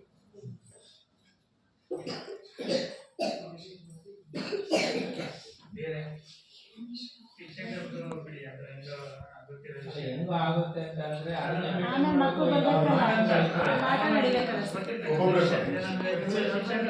ಸರ್ಕಾರಕ್ಕೂ ಗೊತ್ತಿರುತ್ತೆ, ಅವರೇ ಕಳಿಸಿರೋ ಶಿಕ್ಷಕರ ಅದನ್ನು ನಾವೇನಿದೆ ಅದನ್ನು ಬರೀತೀವಿ. ಅದು ಇರುವಂಥದ್ದು ವಿಷಯ ಗೊತ್ತಾಗುತ್ತೆ, ಎಲ್ಲ ಗೊತ್ತಿರೋಂಥದ್ದು ಬಿಟ್ಟು ಬೇರೆ ಏನಾದ್ರು ಇದೆಯಾ? ಅವ್ರಿಗೆ ಇಬ್ಬರು ಪಾಪ ಅವ್ರಿಗೆ ಇಲ್ಲೇ ಇದ್ದಿಲ್ಲ, ಮಳಲಿ ಶಾಲೆ ಹಾಕಿದಾರಲ್ಲ ಅದೇನು. ಅಲ್ಲಿ ಸ್ಟಾಫ್ ಗೊತ್ತಿದ್ದ ಇಲ್ಲಿ ಒಳಗೆ ಒಳಗೆ NPS ಅಲ್ಲಿ ಹಾಕಿದ್ದಾರೆ. ಅಲ್ಲಿ ಚಾರ್ಜ್ ಉಂಟು ಸರ್. ಎಲ್ಲ ಶಾಲೆಯ ಮಾಸ್ಟರ್ಗಳನ್ನ ಅಲ್ಲಿ ಹತ್ರದಲ್ಲೇ ಹಾಕ್ಬೋದು. ಇದೇ ಶಾಲೆಯ ಮಾಸ್ಟರ್ ಬೇಕು. ಆಯ್ತು, ನೆಕ್ಸ್ಟ್ ಇಯರ್ ಮಾಡೋಣ. ಅವರೇ ಇಲ್ಲಲ್ಲ, ನೆಕ್ಸ್ಟ್ ಇಯರ್ ಅಂದ್ರೆ ಇಲ್ಲಲ್ಲ ಈಗ ನಮಗೆ. ಇಲ್ಲ ಅದೇನು ಗೊತ್ತಾ, ಆವಾಗ ಅವ್ರ ಸ್ಕೂಲಲ್ಲಿ ಇರಲಿಲ್ಲ, ನೆಕ್ಸ್ಟ್ ಬಂದಿದ್ದೆ ಹುಡುಗಿಯರೆಲ್ಲ ಇದ್ದು ಮನೆಯ. ಅಮೆರಿಕ ತನಕ ಆಯ್ತು, ನೆಕ್ಸ್ಟ್ ಹೋಗಿಲ್ಲ. ನಾನು ಹೇಳಬೇಕಂದ್ರೆ ಅವ್ರು ಸಾಗೋದಿಲ್ಲ, ಅದೇ ಒಂದು ದೊಡ್ಡ ಸಾಹಸ. ಒಂದೊಂದು ಇಲ್ಲಿ ಇಲ್ಲೂ ಬೇಕು. ಅಡ್ಡ ಆಗೋದ್ ಕಡೆ ವಿಡಿಯೋ ಮಾಡಕ್ಕಾಗಲ್ಲ. ಇದು ಇಲಾಖೆ ಹೋದಾಯ್ತು, ಮತ್ತೆ DLO ಮಾಡಿದ್ವಿ. ಈ ಒಳ್ಳೊಳ್ಳೆ ಇಲಾಖೆಯಲ್ಲಿ ಒಳ್ಳೊಳ್ಳೆ ಮಾತುಗಳನ್ನ ಬೇರೆ ಬೇರೆ ವ್ಯವಸ್ಥೆ ತಗೊಂಡೋಗ್ತಾರೆ. ಶಿಕ್ಷಣ ಇಷ್ಟೆಲ್ಲ ಹೇಳಿದ್ರಿ, ಈಗ ಲಂಕ ಸಮಾಜ ಇಲಾಖೆ ಸರ್ಕಾರಿ ಶಾಲೆಗೆ ಹೆಂಗೆ ಮತ್ತೆ ದೊಡ್ಡ ಮಗ ಹೊಡಿತಾರೆ, ಇಂಗ್ಲೀಷ್ ಮಾಡಿ ಕಳಿಸ್ತಾರೆ, ಕಳಿಸಿ ಅಂತ ಎಲ್ಲ ಮಗ ಮಾಡಬೇಕು.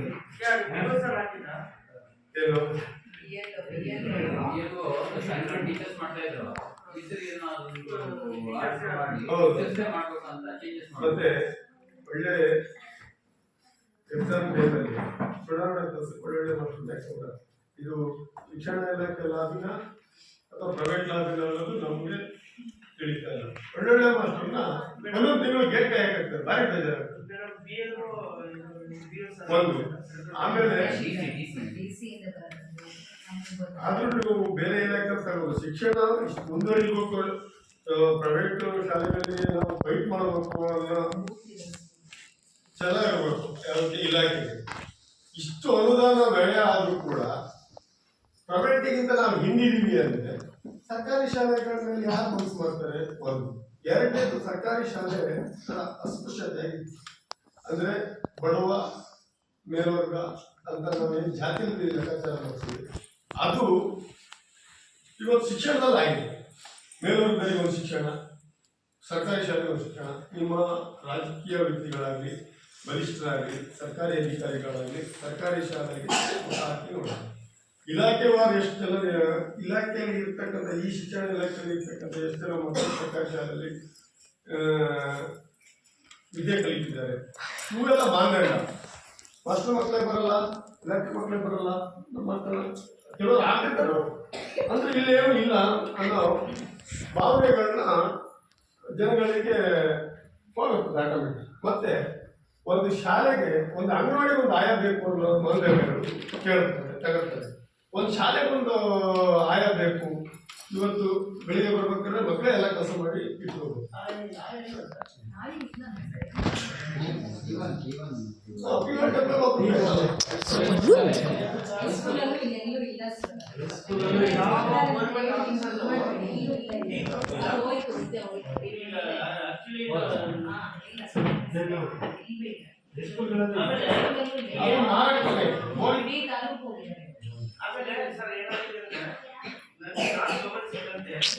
ಒಬ್ರ ತಕ ನೇಸರೆಲ್ಲ ಮಾತಾಡಕ್ಕಲ್ಲ, ಸುಮ್ಮನೆ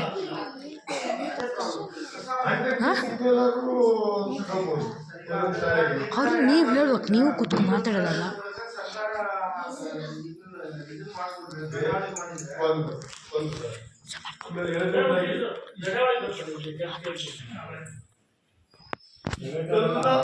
ಮನೆ ಬಾಗಿಲು ವೆಹಿಕಲ್ ಕಳಿಸ್ತಿದ್ದಾರೆ ಈಗ. ಈ ಥರ ನೆಗ್ಲೆಕ್ಟ್ ಮಾಡಿದ್ರೆ ಏನು ಉಳಿಯಲ್ಲ ಮಕ್ಕಳು. ಬಿಟ್ರೆ ಮತ್ತೇನೇನು ಬೇರೆ ದಾರಿ ಇರೋದಿಲ್ಲ. ಎಲ್ಲ ಪೋಷಕರು ಎಲ್ಲರೂ ಈಗ ನಮ್ದು ಕಾಲ ಹೆಂಗಾಯ್ತು, ಮಕ್ಕಳಾಗಲಿ ಅಂತ.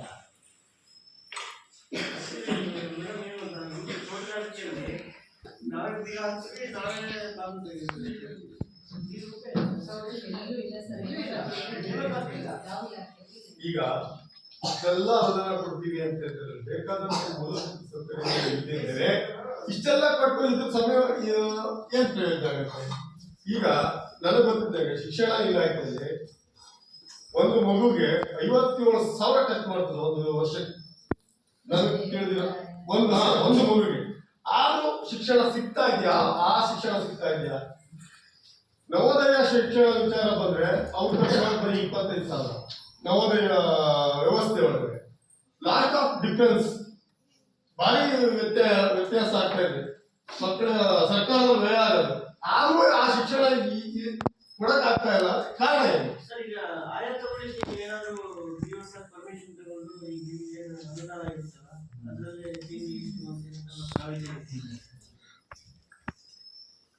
ನಮ್ಮ ಕಡೆಯಿಂದ ಯಾವುದೇ ಆಪ್ಷನ್ ಡಿಒ ಸಹ ಇರುತ್ತೆ. KPS ಶಾಲೆಗಳಿಗೆ ಮಾತ್ರ ಸರ್ ಅದು ಇರೋದು. 300ರಿಂದ 400 ಮಕ್ಕಳು LKG UKG ಸರ್ಕಾರದಿಂದ ನೇಮಕ ಆದೇಶ ಆದರೆ ಅಲ್ಲಿ ಒಂದು KPS ಶಾಲೆ ಅಲ್ಲೇ ನೀವೇನೇ ಮಾಡ್ಬೋದು ಇವರ್ ರಿಸ್ಕ್ ಮಾಡ್ಬೋದು ಅಲ್ವಾ? ಕೆಲವು ಶಾಲೆಯಲ್ಲಿ ಮಾಡ್ತಾರೆ. ಈಗ ಯಡೂರಲ್ಲಿ ಮಾಡ್ತಿದ್ದಾರೆ. ವರ್ಷಕ್ಕೆ ಕಲೆಕ್ಟ್ ಮಾಡ್ತಾರೆ 300 ಅದನ್ನು ಅವರು ಬಂದು ಮಾಡಿ ಹೋಗ್ತಾರೆ. ಬೆಳಿಗ್ಗೆ ಎದ್ದು ಮಧ್ಯಾಹ್ನ ತುಂಬ ದೊಡ್ಡ ಶಾಲೆಗಳೆಲ್ಲ ಕರ್ಕೊಂಡು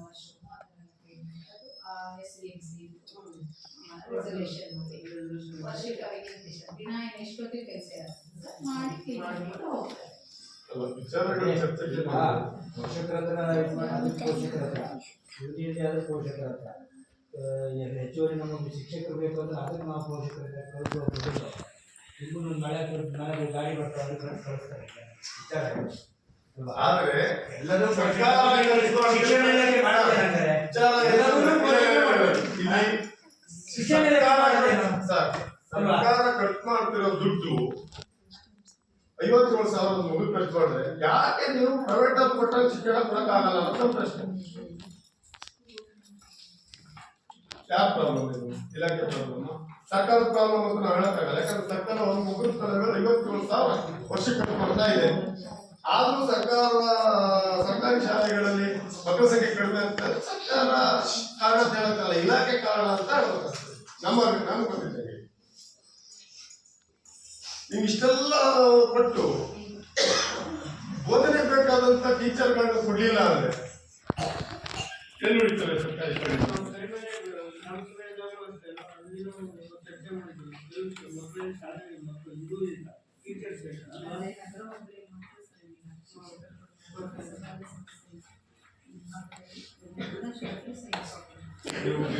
ಇಷ್ಟ ತನಕ ವರದಿ ಬಂದಿರಲಿಲ್ಲ. ಈಗೆಲ್ಲ ವರದಿಗಳು ಬೇಕಾದ್ರೂ ಏರುಪೇರಾದ್ರೂ ನಡೀತದೆ. ಶಿಕ್ಷಣದಲ್ಲಿ ಶಿಕ್ಷಕರಿಲ್ಲ ಅಂದ್ರೆ ನಡೆಯೋದೇ ಇಲ್ಲ ಸರ್. ಮತ್ತು ನಾನು ಮೊನ್ನೆ ಪೇಪರ್ ನೋಡಿದೆ. ಈಗ ಹಳೆ ಮಾಸ್ಟರ್ ಟೀಚರ್ಗಳಿಗೆ ಕೇಂದ್ರ ಸರ್ಕಾರದಿಂದ ಒಂದು ನಿಯಮ ಪಾಸ್ ಆಗಿದೆ, TET ಅಂತ. ನಾನು ಎಜುಕೇಶನ್ ಫಾರ್ಮ್ ಅದ್ರ ಬಗ್ಗೆ ಮಾಹಿತಿ ಬರ್ತೇನೆ. TET ಆಗ್ಬೇಕು ಅಂತ, ಆಗ್ಲೇಬೇಕು ಅಂತ. ಅಂದ್ರೆ ಈಗಿನ ಶಿಕ್ಷಣಕ್ಕೆ ಒತ್ತು ಕೊಡೋದಕ್ಕೋಸ್ಕರ. ಆದರೆ ಈಗ ಈ ಶಿಕ್ಷಣ ಇಲಾಖೆಯಲ್ಲೇ ಒಂದು ಸಂಘ ಕಟ್ಟಿಕೊಂಡು ಆ ನಿಯಮನ ಮತ್ತೊತ್ತು ಅದನ್ನ ವಿಕ್ರಯ ಮಾಡಿರ್ಬೇಕು. ಇದು ಮಾಡಬಾರ್ದು. ಶಿಕ್ಷಣ ಇಲಾಖೆ ಸರ್ಕಾರದ ಮೇಲೆ ಒತ್ತಡ ಹಾಕಂತ ಪರಿಸ್ಥಿತಿ ಕ್ರಿಯೇಟ್ ಆಗಿದೆ. ಅವಾಗ ಏನು ಶಿಕ್ಷಣ ಕೊಡ್ತೀವಿ ನೀವು? ಇದಾಗಬಾರ್ದು. ಪ್ರತಿ MP ಗೂ 100 ಜನ ಶಿಕ್ಷಕರಾಗಿ 10 ನಮಗೆ ಅದು ಹೇಳೋದವಲ್ಲ ಮನವಿ ಸಲ್ಲಿಸಿದ್ದಾರೆ. ಆ ನಿಯಮನ ವಾಪಸ್ ತೆಗಿಬೇಕು ಅಂತ. ಆ ನಿಯಮ ವಾಪಸ್ ತೆಗೆದ್ರೆ ಮಕ್ಕಳಿಗೆ ಸಮಗ್ರ ಈಗಿನ ಬದಲಾವಣೆ ಜಗದ ನಿಯಮ ಅಂದಂಗೆ ಈಗಿನ ಶಿಕ್ಷಣ ಏನು ಸಿಗ್ತದೆ? ಅವಾಗ ಯಾರು ಮುಂದೆ ಸರ್ಕಾರಿ ಶಾಲೆಗೆ ಮಕ್ಕಳನ್ನ ಯೋಚನೆ ಮಾಡ್ತಾರೆ? ಸರ್ಕಾರ ಎಷ್ಟು ಸಂಬಳ ಇದೆಲ್ಲ ವೇಸ್ಟ್ ಆಗತ್ತಲ್ವಾ? ಈ ಸರ್ಕಾರ ಒಂದು ಮಗುವಿಗೆ 57,000 ಕೊಟ್ಟು ಈ ಶಿಕ್ಷಣ ಕೊಡಕ್ಕಾಗಲ್ಲ ಅಂದ್ರೆ ಆಯಾಯ ಶಾಲೆ STMCಗೆ ಕೊಟ್ಬಿಡಿ. ನೇರ ನಾವು ನಡ್ಸ್ಕೊಂಡು ಹೋಗ್ತೀವಿ. ಏನು ಪಂಚಾಯತಿ ಹೆಂಗ್ ನಡೀತದೋ ಅದೇ ತರ ಆಯಾ ಶಾಲೆ ನಡ್ಸ್ಕೊಂಡು ಹೋಗ್ತಾರೆ. ಯಾರು ಯಾವಾಗಲೂ ಇರಲ್ಲ. ಈಗ ನಮ್ಮ ಕರ್ನಾಟಕದಲ್ಲಿ 38 ಲಕ್ಷ ಶಾಲೆಗಳಿದಾವೆ, ಗೌರ್ಮೆಂಟ್ ಶಾಲೆಗಳು. 48 ಲಕ್ಷ 46,000 ಶಾಲೆಗಳಿದ್ದಾವೆ. 46,000 50,000 ಕೋಟಿ ವ್ಯಯ ಆಗ್ತದೆ ವರ್ಷಕ್ಕೆ. ಅತಿ ಸರ್ಕಾರದ ಅತಿ ಹೆಚ್ಚು ಇಲಾಖೆ ಮಾಡಿರೋದೇ ಶಿಕ್ಷಣ ಇಲಾಖೆ. ಅಲ್ಲಲ್ಲ 38 ಲಕ್ಷ ಜನ ಮಕ್ಕಳಿಗೆ ಉಚಿತವಾಗಿ ಪಠ್ಯ ಪುಸ್ತಕ ಮತ್ತೆ ಈಗ ಎಲ್ಲರೂ ಕೊಡ್ತಾ ಇದೆ. ಅದೇ ಅದೇ ಅನುದಾನ ಕೊಡೋ ಬದಲಿಗೆ ಈಗ ಶಾಲೆಗೆ ಮಕ್ಕಳು ಕಳ್ಸೋರು ಬುಕ್ ಹಿಂತಿರ್ತಿರ್ಬಿಡಿ ನಿಮ್ಮ ಮುಖ ಕಳಿಸ್ತಾರೆ. ಇದಕ್ಕೆ ಬರುತ್ತೆ. ಶಿಕ್ಷಕರನ್ನು ಕೊಡಕ್ಕಾಗಲ್ಲ.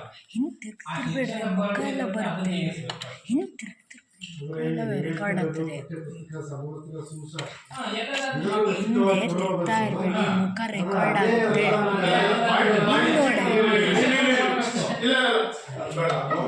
ನಮಗೆ ತಾಕತ್ತಿರ್ಬೋದು, ಆಯಾಯ ವಲಯಗಳ ಯೋಚನೆ ಮಾಡೋದು. ನಾವು ಶಿಕ್ಷಕರು ಇದ್ರೆ ಇದೇ ಅಲ್ಲ, ನಾವು ಹೇಳೋದೇನು, ಶಿಕ್ಷಣದಲ್ಲಿ ಇಷ್ಟು ದುಡ್ಡು ವ್ಯಯ ಆಗಿದೆಯಲ್ಲ, ಬೇಡ ನೀವು STMCಗೆ ಕೊಡಿ, ಅವರೇ ಆಯ್ಕೆ ಮಾಡ್ಕೊಂಡು ಮಾಡ್ತಾರೆ. ಆಯಾಯ STMC ಮೇಲುಸ್ತುವಾರಿಯರೇ ಟೀಚರ್ ಆಯ್ಕೆ ಮಾಡ್ಕೊಳ್ಳೋದು ಎಲ್ಲದನ್ನ ಅವ್ರಿಗೆ ನಡ್ಸ್ಕೊಂಡು ಹೋಗ್ತಾರೆ ಶಾಲೆನ. ಅದಕ್ಕೆ ಕಡಿಮೆ ಅವ್ರಿಗೆ ಮತ್ತೆ ಪಂಚಾಯತಿನೋ ತಾಲೂಕ್ ಪಂಚಾಯತಿನೋ ಇಲ್ಲ ಇಲಾಖೆ ಪೂರ್ತಿ ಸಮಗ್ರ ಶಿಕ್ಷಣ CBSE ಶಿಕ್ಷಣ ಕೊಡ್ತಾ ಇಲ್ಲ. ಬರೀ ಕನ್ನಡ ಮೀಡಿಯಂ ಅಂತ ಇದೆ. ಬಡವ್ರ ಮಕ್ಕಳು ಮತ್ತೆ ಹಿಂದೆ ತರ್ತಾ ಇದೆ ಸರ್ಕಾರ, ಅಲ್ಲ ಇಲಾಖೆ. ಆಂಟಿ ಅಡ್ಡಿಲ್ಲ ಬರಲಿ. ಧನ್ಯ, ನೀವು ಅಲ್ಲಿ ಕೂತ್ಕ, ಇವರಿಬ್ರು ಈ ಕಡೆ ಬರಲಿ. ಕೆಲವು ಈ ರೀತಿ ಸುಧಾರಣೆ ಆಗಬೇಕು. ಸರ್ಕಾರ ನಾವು ಹೋಗಕ್ಕಾಗಲ್ಲ, ಎಲ್ಲ ಇಟ್ಕೊಂಡು ಇವ್ರು ಹೋಗ್ಬೋದು. ಪೋಷಕರು STMC ಅಂತ ಮಾಡಿದ್ದಾರೆ ಸರ್. ಈ ಶಾಲೆಗೆ ಸೀಮಿತ ಬಿಟ್ಟರೆ ನಮ್ಮ STMC ಹೊರಗಡೆ ಒಂದು ಮೀಟಿಂಗ್ಗೆ ಒಂದು ಸಲಹೆ ತೆಗೆಯೋದೇ ಇಲ್ಲ ಇಲಾಖೆ. ನಮ್ಮ ಸಲಹೆನೇ ತಗೊಳ್ಳೋದು.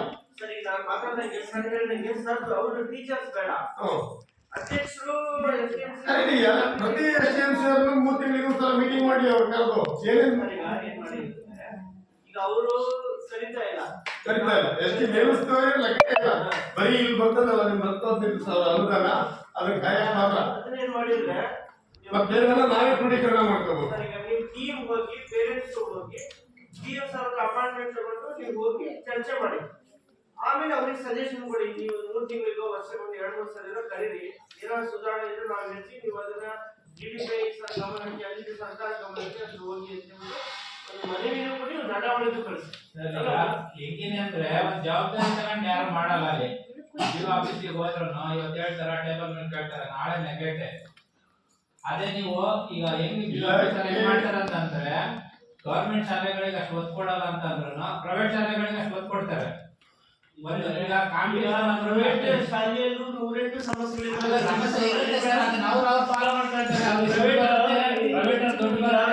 ಹೊಸನಗರ ಸಿಟಿಯಲ್ಲಿ ಸಿಟಿಯಲ್ಲಿ ನೋಡ್ತಿದೀವಲ್ಲ, ಒಂದೊಂದು ಶಾಲೆಯಲ್ಲಿ ಮಕ್ಕಳು ಟೀಚರ್ಸ್ ಇದಾರಲ್ಲ, ಕಡಿಮೆ ಒಬ್ರಿಗೆ 8,000 ಕೊಡ್ತಾರೆ, ಒಬ್ರಿಗೆ 10 ಕೊಡ್ತಾರೆ, ಒಬ್ರಿಗೆ 15 ಕೊಡ್ತಾರೆ. ಅದೇ ಸರ್, ಅದೇ ಇನ್ನೊಬ್ರಿಗೆ ಗೊತ್ತಿರಲ್ಲ. ಏನಾಗಿದೆ ಗೊತ್ತಾ, ಗೌರ್ಮೆಂಟ್ ಅಲ್ಲಿ ಅಷ್ಟು ಸಂಬಳ ಕೊಡ್ತಾರ, ಈಗ ಪ್ರೈವೇಟ್ ಅಲ್ಲಿ ಅಷ್ಟು 8,000 ಕೊಡ್ತಾರೆ. ಸರಿ, ಈಗ 8,000 ಇಲ್ಲಿ 80,000 ಕೊಟ್ಟರು ಕಷ್ಟ ಆಗ್ತಾ ಇದೆ. ಈಗ ಕ್ವಾಲಿಟಿ ಬಗ್ಗೆ ಎಲ್ಲೂ ಕೊರತೆ ಇದೆ, ಅದ್ರ ಬಗ್ಗೆ ನಾವು ಸುಧಾರಣೆ ಮಾಡೋಣ.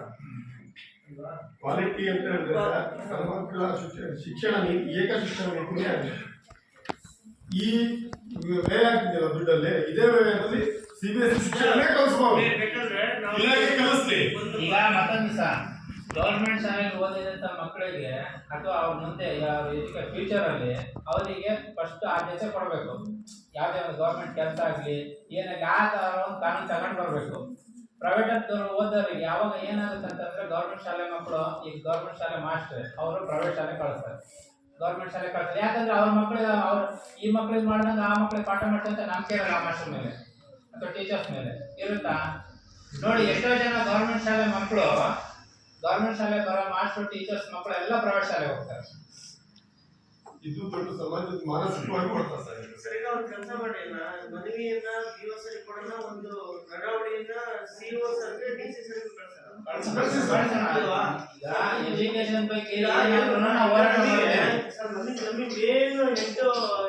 ಜಿಲ್ಲೆಗೆ DC ಸರ್ ಅವ್ರು ಬಿಟ್ಟರೆ CO ಸರ್ ಇರ್ತಾರೆ. ನಾವು ಇಲ್ಲಿ ಏನು ಚರ್ಚೆ ಮಾಡಿದ್ರನ್ನ, ಏನು ಸಲಹೆಗಳನ್ನ ನಾವು ಅದನ್ನ ಅವರಿಗೆ ಪೋಸ್ಟ್ ಮಾಡಿದ್ರೆ ತಗೋಬಹುದು ಅಲ್ಲ ಮೇಡಮ್? ಅಟ್ಲೀಸ್ಟ್ ಯೋಚನೆ ಮಾಡಬಹುದು. ಹೌದಲ್ವಾ? ಈ ರೀತಿ ಪೇರೆಂಟ್ಸ್ ಇಂದ, SDMC ಟೀಮ್ ಇಂದ ಈ ರೀತಿ ಬರ್ತಾ ಇದೆ, ಇದನ್ನ ಯಾಕೆ ಮಾಡಬಾರ್ದು ಅಂತ ಅವರೇ DDPI ಡಿಸ್ಟ್ರಿಕ್ಟ್ ಆಫೀಸರ್ ಇರ್ತಾರಲ್ಲ ಅವ್ರಿಗೆ ಕರೆದು, ಆಮೇಲೆ ಇದು ಟೀಮ್ ಇರುತ್ತೆ, ಅದನ್ನ ಕರೆದ್ಬಿಟ್ಟು ಚರ್ಚೆ ಮಾಡ್ಬೋದು. ಮತ್ತೆ ಈಗ ನಾವೇ ಕೆಲವು ವಿಚಾರಗಳನ್ನ ಸರ್ ನಾವೇ ಚರ್ಚೆ ಮಾಡಿದ್ರೆ ಇದು ಚರ್ಚೆ ನಾವು ಇಲ್ಲಿ ಚರ್ಚೆ ಮಾಡಿದ ರೂಮ್ ಅಲ್ಲಿ ನಾವು ಜಿಲ್ಲೆಯಲ್ಲಿ ಪ್ರಸ್ತಾಪ ಈ ವ್ಯವಸ್ಥೆ ಇದಕ್ಕೆ ಈ 15 ನಾವೇನು ಬದಲಾವಣೆ ಮಾಡ್ತೀವಿ, ಬದಲಾವಣೆಗೆ ಇದೆಲ್ಲ ಈ ಅಂಶಗಳನ್ನು ನಾವು ಬದಲಾವಣೆ ಪರಿಗಣಿಸ್ತೀವಿ. ಇದು ಸರ್ಕಾರ ಮಾಡಲಿಕ್ಕೆ ಸರ್ ಈಗ ಯಾರ ಮೂಲಕ ಹೋಗ್ಬೇಕು? ಡಿಸಿ ಸಾಹೇಬ್ ನಾವು ಏನು ಓದಿದ್ವಲ್ಲ ಪಾರ್ಲಿಮೆಂಟ್ ಅಲ್ಲಿ ಏನಿದೆ ಅದನ್ನ ಕೊಡ್ತೀವಿ. ಆಲ್ರೆಡಿ ರಾಜ್ಯಾದ್ಯಂತ ಎಲ್ಲ ಶಾಲೆಗಳಲ್ಲಿ ಇದೇ ಸಮಸ್ಯೆ ಇದೆ. ಇಲ್ಲಿ ಪರವಾಗಿಲ್ಲ 35 ಮಕ್ಕಳು ಇದ್ದಾರೆ, ಅಲ್ಲಿ 4 ಮುಂದಿಗೆ ಅದು ಇರಲ್ಲ ಸರ್.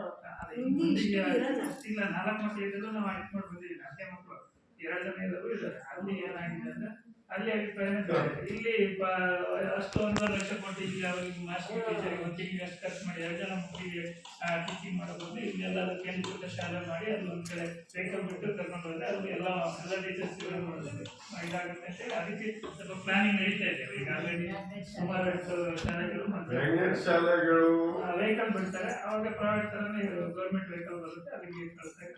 ಇಂಗ್ಲಿಷ್ ಮೀಡಿಯಂ ಅಲ್ಲಿರುತ್ತೆ. ಈ KPSC ಏನಿದೆ, KPSC ಸ್ಕೂಲ್ಗಳಲ್ಲಿ ನೀವೇನು ಕೇಳ್ತಿದ್ರೆ ಎಲ್ಲದೂ ಕೂಡ ಅಲ್ಲಿದೆ. ಗೌರ್ಮೆಂಟ್ ಸ್ಕೂಲ್ ಮೂಲಭೂತ ಸೌಕರ್ಯ ಪ್ರಕಾರ SSC ಆಗೋದಿಲ್ಲ. ಪಂಚಾಯತಿ ವ್ಯಾಪ್ತಿಯಲ್ಲಿ ಸರ್ಕಾರಕ್ಕೆ ಹೊರೆಯಲ್ಲ. ಪಂಚಾಯತಿ ವ್ಯಾಪ್ತಿಯಲ್ಲಿ CBSE ಶಿಕ್ಷಣ 1 ರಿಂದ 12ವರೆಗೂ ಇಲ್ಲೇ ಇರಬೇಕು. ಪಂಚಾಯತಿಲೇ ಇರಬೇಕು. ಪಂಚಾಯತಿ ಸ್ಕೂಲ್ ಮುಚ್ಚುವಂತ ವ್ಯವಸ್ಥೆ ಆಗಬಾರ್ದು.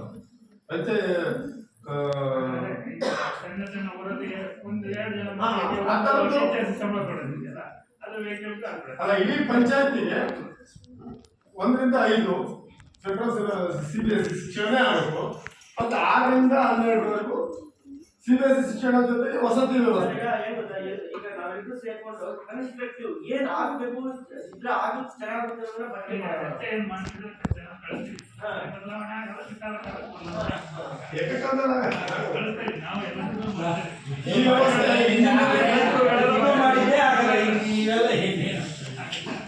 ಮತ್ತೊಂದು ವ್ಯವಸ್ಥೆ ಅಷ್ಟೇ. ಮತ್ತೊಂದು ಊಟದ ವ್ಯವಸ್ಥೆಯಲ್ಲಿ ಈಗ ಬಾಳೆಹಣ್ಣು ಮೊಟ್ಟೆ ಇದನ್ನ ತಗೊಂಡ್ ಬರಕ್ಕೆ ಇವರಿಗೆ ಮಾಸ್ಟರ್ ಪರ್ಮಿಷನ್ ಕೊಡ್ತಾರೆ. ಅದೇ ತರ ರೈಸ್ ಒಂದು ಚೇಂಜ್ ಮಾಡ್ಬೇಕು, ಯಾಕಂದ್ರೆ ಮಕ್ಕಳಿಗೆ ಬೋರ್ಡ್ ಅಕ್ಕಿ ಅದು. ಅಲ್ಲ, ಈಗ ನೀವು ಈ ತರ ಹೇಳ್ತಾ ಇದ್ದೀರಾ, ಈಗ ನಾವು ಬಿಸ್ಕೂಟ್ ಆಲ್ರೆಡಿ ಈಗ 3 ಶಾಲೆ ಇನ್ನೊಂದು ಶಾಲೆ ಇದೆ ನಾವು ಮಾಡ್ತಾ ಇದ್ದೀವಿ, ಅದು ಪ್ರೈವೇಟ್ ಮಾಡ್ತಾ ಇದ್ದೀವಿ. ಅವ್ರು ಏನ್ ಹೇಳ್ತಾರೆ, ಮೊಟ್ಟೆನೂ ಕೂಡ ಡೈರೆಕ್ಟ್ ಸಪ್ಲೈ ಕೊಡಿ ಅಂತಿದ್ದಾರೆ. ಯಾಕಂದ್ರೆ ಇಲ್ಲಿ ಈ ರೇಟ್ ಸಿಗಲ್ಲ, ಆ ತರ ಸಮಸ್ಯೆಗಳು ಅದು ಇಲ್ಲೂ ಇದೆ. ಇಲ್ಲೂ ಅದೇ ತರ ಅದೇ ಸಮಸ್ಯೆ ಇದೆ. ಇಲ್ಲಿಗೆ ಆ ರೇಟ್ ಸಿಗ್ತಾ ಇರ್ಬೋದು. ಎಲ್ಲ ಒಂದ್ ಕಡೆ ರೇಟ್ ಅನ್ನು ಅವರು ಮಾಡ್ಬಿಡ್ತಾರೆ. ಈಗ ಬೇರೆ ಅಲ್ಲೆಲ್ಲಾದ್ರೂ ಒಂದು ಜಿಲ್ಲೆಯಲ್ಲಿ 20 ರೂಪಾಯಿ ಸಿಗ್ತದೆ, 20 ಫಿಕ್ಸ್ ಮಾಡ್ಬಿಡ್ತಾರೆ. ನಮಗೆ 100 ರೂಪಾಯಿ.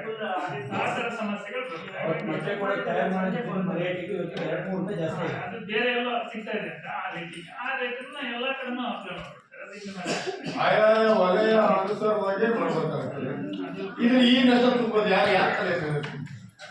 ಚರ್ಚೆ ಆಗಿದೆ. ನಾವು ಆಲ್ರೆಡಿ ಅವರು ಅಜಿತ್ ಫೌಂಡೇಶನ್ ಅವರು ಕೂಡ ಒಂದ್ಸರಿ ಬಂದಿದ್ರು, ನಮ್ಗೆ ಸಿಕ್ಕಿದ್ರು. ಅವ್ರ ಕೂಡ ಮಾತಾಡಿದ್ರು. ಅವ್ರು ಈ ಸ್ಟೇಜ್ ಬಜೆಟ್ ಆಗಿದೆ, ನೆಕ್ಸ್ಟ್ ಇಂದ ಅದನ್ನ ಈ ತರ ಮೊಟ್ಟೆ ಕೂಡ ಬರ್ಲಿಕ್ಕೆ ಸ್ವಲ್ಪ ಟೀಚರ್ಸ್ ಚೆನ್ನಾಗಿರ್ತಿತ್ತು. ಮೊಟ್ಟೆ ಒಂದು ಖರ್ಚಾಗ್ಲಿಕ್ಕೆ ಅವಕಾಶ ಇರಲ್ಲ, 20% ಅಷ್ಟೇ. ಆದ್ರೆ ಈಗ ಸ್ಥಳೀಯ ಮಟ್ಟದಲ್ಲಿ ನಮಗೆ 8 ಆಗ್ತದೆ ಮೊಟ್ಟೆ ರೇಟ್. 7 ರೂಪಾಯಿ 7 ನಾವು ಶಿಕ್ಷಕರ ಕ್ಷೇತ್ರ ಏನಂತೇಳಿ ಎಲ್ಲರೂ ಸರ್ಕಾರನೇ ಸಪ್ಲೈ ಮಾಡಿ ಅಂತ ನಾವು ಬೇಡಿಕೆ. ಅವರು ಅವ್ರು ಹೇಳ್ತಿರೋದು ಏನಂದ್ರೆ ಅದು ಕ್ವಾಲಿಟಿ ಕೊಡ್ತಾ ಇಲ್ಲ, ಬೇಳೆ ಮತ್ತೆ ಅಕ್ಕಿ ಅದನ್ನು SMCಗೆ ದುಡ್ಡು ಹಾಕಿದ್ರೆ ಲೋಕಲ್ ಆಗಿ ಮಕ್ಕಳ ಪೌಷ್ಟಿಕತೆ ಇರಲಿ ಆಹಾರದಲ್ಲಿ ಅಂತ ಹೇಳ್ಬಿಟ್ಟು ಕೊಡ್ತಾ ಇರೋದಲ್ವಾ. ಕಳಪೆ ಕೊಟ್ರೆ ಏನ್ ಪ್ರಯೋಜನ ಏನು ಅಂತ ಸರ್ಕಾರದಿಂದ ಕಳಪೆ ಅಂತ ಮಾಡ್ತಾ ತಗೊಂಬಂದು ಕೊಡ್ತಾರೆ, ಸಪ್ಲೈಯರ್ ಕೊಡ್ತಾರಲ್ಲ, ಅದೊಂದ್ಸರಿ ಒಳ್ಳೆದು ಕೊಡ್ತಾರೆ, ಇನ್ನೊಂದ್ಸರಿ ಅದ್ರ ಜೊತೆ ಮಿಕ್ಸ್ ಮಾಡ್ತಾರೆ. ತನಿಖೆ ಆಗಲೇಬೇಕು. ಈಗಲೇ ಮಕ್ಕಳ ಆರೋಗ್ಯದಲ್ಲಿ ವ್ಯತ್ಯಾಸ ಹೋಯ್ತು. ನೀವು ಶಾಲೆಗೆ ಏನಾದ್ರು ಅನ್ಸುತ್ತೆ ರಿಜೆಕ್ಟ್ ಮಾಡ್ಲಿಕ್ಕೆ ಅವಕಾಶ ಇದೆ. ಅಲ್ಲ ಸರ್, ಈಗ ರಿಜೆಕ್ಟ್ ಅಂತಂದ್ರೆ ನಾವು ಒಂದೊಂದ್ ದಿವಸ ಫಂಕ್ಷನ್ ಒಂದೊಂದ್ ದಿವಸ ಊಟ ಮಾಡಿದ್ರೆ ಮಾರನೇ ದಿವಸ ಹೊಟ್ಟೆ ಸರಿ ಇರಲ್ಲ ಮಕ್ಕಳಿಗೆ. ಯಾಕಂತಂದ್ರೆ ಅದ್ರಲ್ಲಿ ಪೌಷ್ಟಿಕ ಆಹಾರ ಇರೋದಿಲ್ಲ, ಅದ್ರಲ್ಲಿ ಪೌಡರ್ ಅಂಶನೇ ಜಾಸ್ತಿ ರೈಸಲ್ಲಿ. ಒಂದು ಕೈಯಲ್ಲಿ ಮಿಸ್ಟೇಕ್ ಹಿಡಿದು ಹಿಂಗೆ ಬಿಟ್ರೆ ಅದಿಷ್ಟಕ್ಕೂ ಫುಲ್ ಪುಡಿಯಾಗಿರುತ್ತೆ. ಅಲ್ವಾ? ನಾವು ರೈತರಾಗಿ ನಾವು ಬೆಳೆದ ನಮ್ಗೆ ಆಹಾರದ ಬಗ್ಗೆ ಎಲ್ಲ ಗೊತ್ತಿರೋ ದೇಶದಲ್ಲಿ ಅದನ್ನೆಲ್ಲ ತಿದ್ದುಪಡಿ ಮಾಡಬೇಕು. ಹಾಳಾಗುತ್ತೆ ಆಗ್ತಾರೆ ಈಗ ನಾವು ಹೇಳೋದಾದ್ರೆ ಎಫೆಕ್ಟ್ ಇಲ್ಲ ಮಕ್ಕಳಿಗೆ. ಈ ಪೌಷ್ಟಿಕ ಆಹಾರ ಕೊಡ್ತೇವೆ ಅಂತ ಹೇಳ್ಬಿಟ್ಟು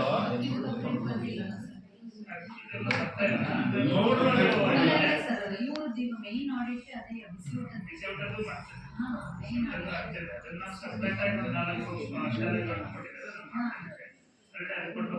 ಸ್ಕೂಲ್ ಇದೆ ಅಷ್ಟೇ, ಸ್ಕೂಲ್ ಇದೆ, ಸೇಮ್ ಸಮಸ್ಯೆಗಳೆಲ್ಲ ಬಂದಿದೆ. ಎಲ್ಲವೂ ಕೂಡ ನಾವು ಸೇರಿಸಿ ಕಳಿಸ್ತೇವೆ. ಇದು ಈ ಸಮಾವೇಶ ಮಾತ್ರ ಮಾಡ್ತೇವೆ. ಊಟಕ್ಕೆ ಸಪ್ರೇಟ್ ಆಗಿ ಮಾಡಿ ಕಳಿಸಿದ್ವಿ. ನೀವೇನು ಸಮಸ್ಯೆ ಹೇಳ್ತಿದ್ರೆ ಎಲ್ಲ ಕಳಿಸ್ತೀವಿ. ಅಂದ್ರೆ ಅಕ್ಕಿದೊಂದು ಈ ತರ ಇದೆ. ಏನಾಗ್ತದೆ ಅಂದ್ರೆ ನೀವು ಬಿಸಿ ಊಟ ಕೊಡದಿದ್ರು ನಾವು ನಿಭಾಯಿಸ್ತೀವಿ ಅಂತ ಹೇಳ್ಬೋದು. ನಮ್ಮ ಈ ವ್ಯವಸ್ಥೆ ಇಲ್ಲಿ ವ್ಯವಸ್ಥೆಗೆ ಅದು ಬೇರೆ ವ್ಯವಸ್ಥೆ ಹೇಳಕ್ಕಾಗಲ್ಲ ನಾವು. ನಮಗ ಅದರ ಬದಲಿ ವ್ಯವಸ್ಥೆ ನೀವು ಕೊಟ್ಟರು ನಮಗೆ CBSE ಶಿಕ್ಷಣ ಕೊಡಿ, CBSE ವಸತಿ ಶಿಕ್ಷಣ ಕೊಡಿ ಅಂತ ನಾವು ಕೇಳ್ತೀವಿ. ಅದೇನ್ ಮಾಡ್ತೀವಿ, ನಾವೊಂದು ಇಲ್ಲಿವರೆಗೂ ನಾವು ಕೊಟ್ರೆ ಬೇರೆ ಇದಕ್ಕೆ ಸಮಸ್ಯೆಗಳಾಗ್ತವೆ. ಈಗ ಬಿಸಿ ಊಟ ಅಂದ್ರೆ ಈಗ ನಾವು ಈ ಭಾಗದಲ್ಲಿ ನಮ್ಗೆ ಅದು ಬೆಲೆ ಗೊತ್ತಿಲ್ಲ. ಹಂಗಾಗಿ ನಾವು ಅದಕ್ಕೆ ಹೇಳಕ್ಕಾಗಲ್ಲ. ನಮಗೆ ಬಿಸಿ ಊಟ ಬೇಡ, ಚೆನ್ನಾಗಿಲ್ಲ, ನಾವು ನಿಭಾಯಿಸ್ತೀವಿ ಅಂತ ಜಿಲ್ಲೆಗಳಲ್ಲಿ ಊಟಕ್ಕೆ ಸಮಸ್ಯೆ ಇದೆ. ಶಾಲೆ ಬಂದಿದ್ರು ಮಕ್ಕಳು ಬಂದು ಊಟ ಮಾಡ್ಕೊಡ್ತಾರೆ, ಅವ್ರ ಜೊತೆ ಪೋಷಕರು ಬಂದು ಊಟ ಮಾಡೋರು ಇದ್ದಾರೆ. ಅದಕ್ಕೆ ಅದು ಬಿಸಿ ಊಟ ಹಳ್ಳಿಗಳಲ್ಲಿ ಯಾರು ಮನೆಯಿಂದ ಊಟ ಈಗ ನಾವು ಮಕ್ಕಳನ್ನ ಹುಷಾರಿಲ್ಲ ಆಸ್ಪತ್ರೆಗೆ ಕರ್ಕೊಂಡು ಹೋದ್ರು, ಅವ್ರು ಹೇಳೋದಕ್ಕೆ ಫುಡ್ ಇನ್ಸ್ಪೆಕ್ಷನ್ ಆಗಿದೆ ಅಂತಾರೆ. ಅದೇ ಅದಕ್ಕೆ ಒಂದು ಶಾಲೆಗೆ ಅದು ಏನಂದ್ರೆ ಕ್ಲೀನ್ ಆಗಿ ತೊಳೆದು 4 ಸರಿ ತೊಳೆದು ಮಾಡೋದು ಸಮಸ್ಯೆ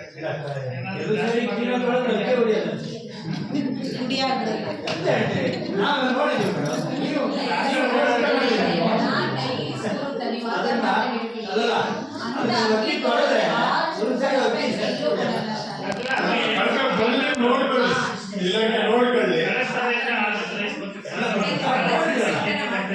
ನಾವು ಮಾಡಿದೀವಲ್ಲ, ನಾನು ನೋಡಿ ಹೇಳಕ್ ಸಾಧ್ಯ ಅಲ್ಲ. ನಗರ ಹೋಗ್ಲಿಕ್ಕೆ ಯಾವ ತರ ಹಾಕಿ ಬಂದ್ರು ಅದನ್ನ ಇಳಿಸಲ್ಲ. ನಮ್ಮ ನಗರ ತಾಲೂಕಲ್ಲಿ ನಗರ ಹೋಗ್ಲಿ ಮಾತ್ರ ಸೊಸೈಟಿಲಿ ಆ ತರ ರೈಸ್ ಬಂದ್ರು ಮತ್ತೆ ವಿಷಯಕ್ಕೆ ವಾಪಸ್ ಕಳ್ಸಿದ್ದಾರೆ. 2-3 ನೋಟ್ ಕಳ್ಸಿದ್ದಾರೆ. ಒಳ್ಳೆ ರೈಸಿಂದ ಮಾತ್ರ ಇಳಿಸ್ತಾರೆ, ಇಲ್ಲಾಂದ್ರೆ ಕಳ್ಸಲ್ಲ. ನಮ್ಮ ಸೊಸೈಟಿಯಿಂದ ಈಗ ಇಲ್ಲಿ ಕೊಟ್ಟರೆ ತುಂಬಾ ಚೆನ್ನಾಗಿರೋದು. ನಾವು ಡೈರೆಕ್ಟ್ ಆಗಿ ಇಲ್ಲಿ ತಗೊಂಡ್ಬರೋಷ್ಟಲ್ಲ ಆ ಸೊಸೈಟಿ ಹಾಕಿಗೂ ಭಾರಿ ಡಿಫ್ರೆನ್ಸ್ ಇದೆ. ಅಕ್ಕಿ ಬೆಳಿತೀವಲ್ಲ, ಅದು ಹೋಟೆಲ್ 4 ಜನ ಕುಡಿಯೋದು ಸ್ಟಾರ್ಟ್ ಆಗಿ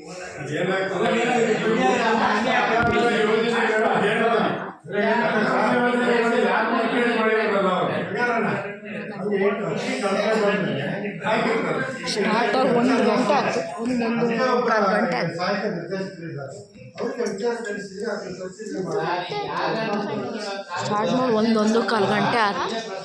1-1.25 ಗಂಟೆ ಆಯ್ತು. ಸ್ಟಾರ್ಟ್ ಮಾಡಿ 1-1.25 ಗಂಟೆ ಆಯ್ತು, 1-1.25 ಗಂಟೆ ಆಯ್ತು.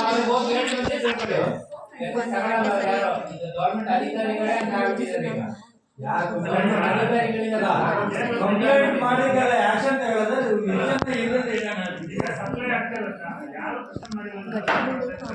ಕ್ವಶನ್ ಮಾಡಿದ್ರೆ ಒಳ್ಳೆ ನಿಜ ಬರುತ್ತೆ. ಕೇಳ್ತಾ ನೀವು ಒಬ್ರು ಒಳ್ಳೆದ್ರ ಬಗ್ಗೆ ನೀವು ಹೋರಾಟ ಮಾಡ್ತೀರ ಅಂತ ತಿಳ್ಕೊಳ್ಳಿ. ನೀವು ನಾಳೆ ದಿವಸ ಟ್ರಾನ್ಸ್ಫರ್ ಇಲ್ಲಿ ಇರಲ್ಲ. ಅವ್ರು ಹೇಳ ನೀವು ಅವ್ರಿಗೆ ಮತ್ತೆ ಕೊಡ್ಕೊಂಡಿರ್ತೀರ ಅಂತ ತಿಳ್ಕೊಳ್ಳಿ, ನೀವು ಇಲ್ಲೇ ಇರ್ತೀರಾ. ನೀವು ಈಗ ಫಸ್ಟ್ ವಾರ ಮಾಡಿ ಟ್ರಾನ್ಸ್ಫರ್ ಆಗ್ಬಿಡ್ತೀರ. ಏನಾಗಿದೆ ಅಂದ್ರೆ ಹಂಗೆ ಆಗ್ತಾ ಇರೋದು. ಈಗ ಸರ್ಕಾರಿ ಶಾಲೆಗೆ ಮಕ್ಕಳನ್ನ ಕಳಿಸೋರೆಲ್ಲ ಬಡವರು. ಸರ್ಕಾರ ಮತ್ತೆ ಅಧಿಕಾರಿಗಳು ಅದನ್ನ ಚೆನ್ನಾಗಿ ಅರ್ಥ ಮಾಡ್ಕೊಂಡಿದ್ದಾರೆ. ಇವ್ರು ಯಾರು ಕೇಳೋರಲ್ಲ, ಇವ್ರಿಗೆ ಕೇಳೋದ ಧೈರ್ಯ ಇಲ್ಲ, ಕೇಳೋದಕ್ಕೆ ಬಲ ಇಲ್ಲ. ಈಗ ನಾವೆಲ್ಲೂ ಹೋಗಕ್ಕಾಗಲ್ಲ. ನಮ್ಗೇನಾಗಿದೆ,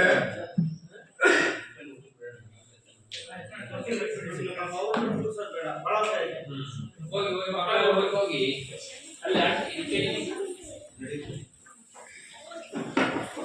ಅಲ್ಲಿ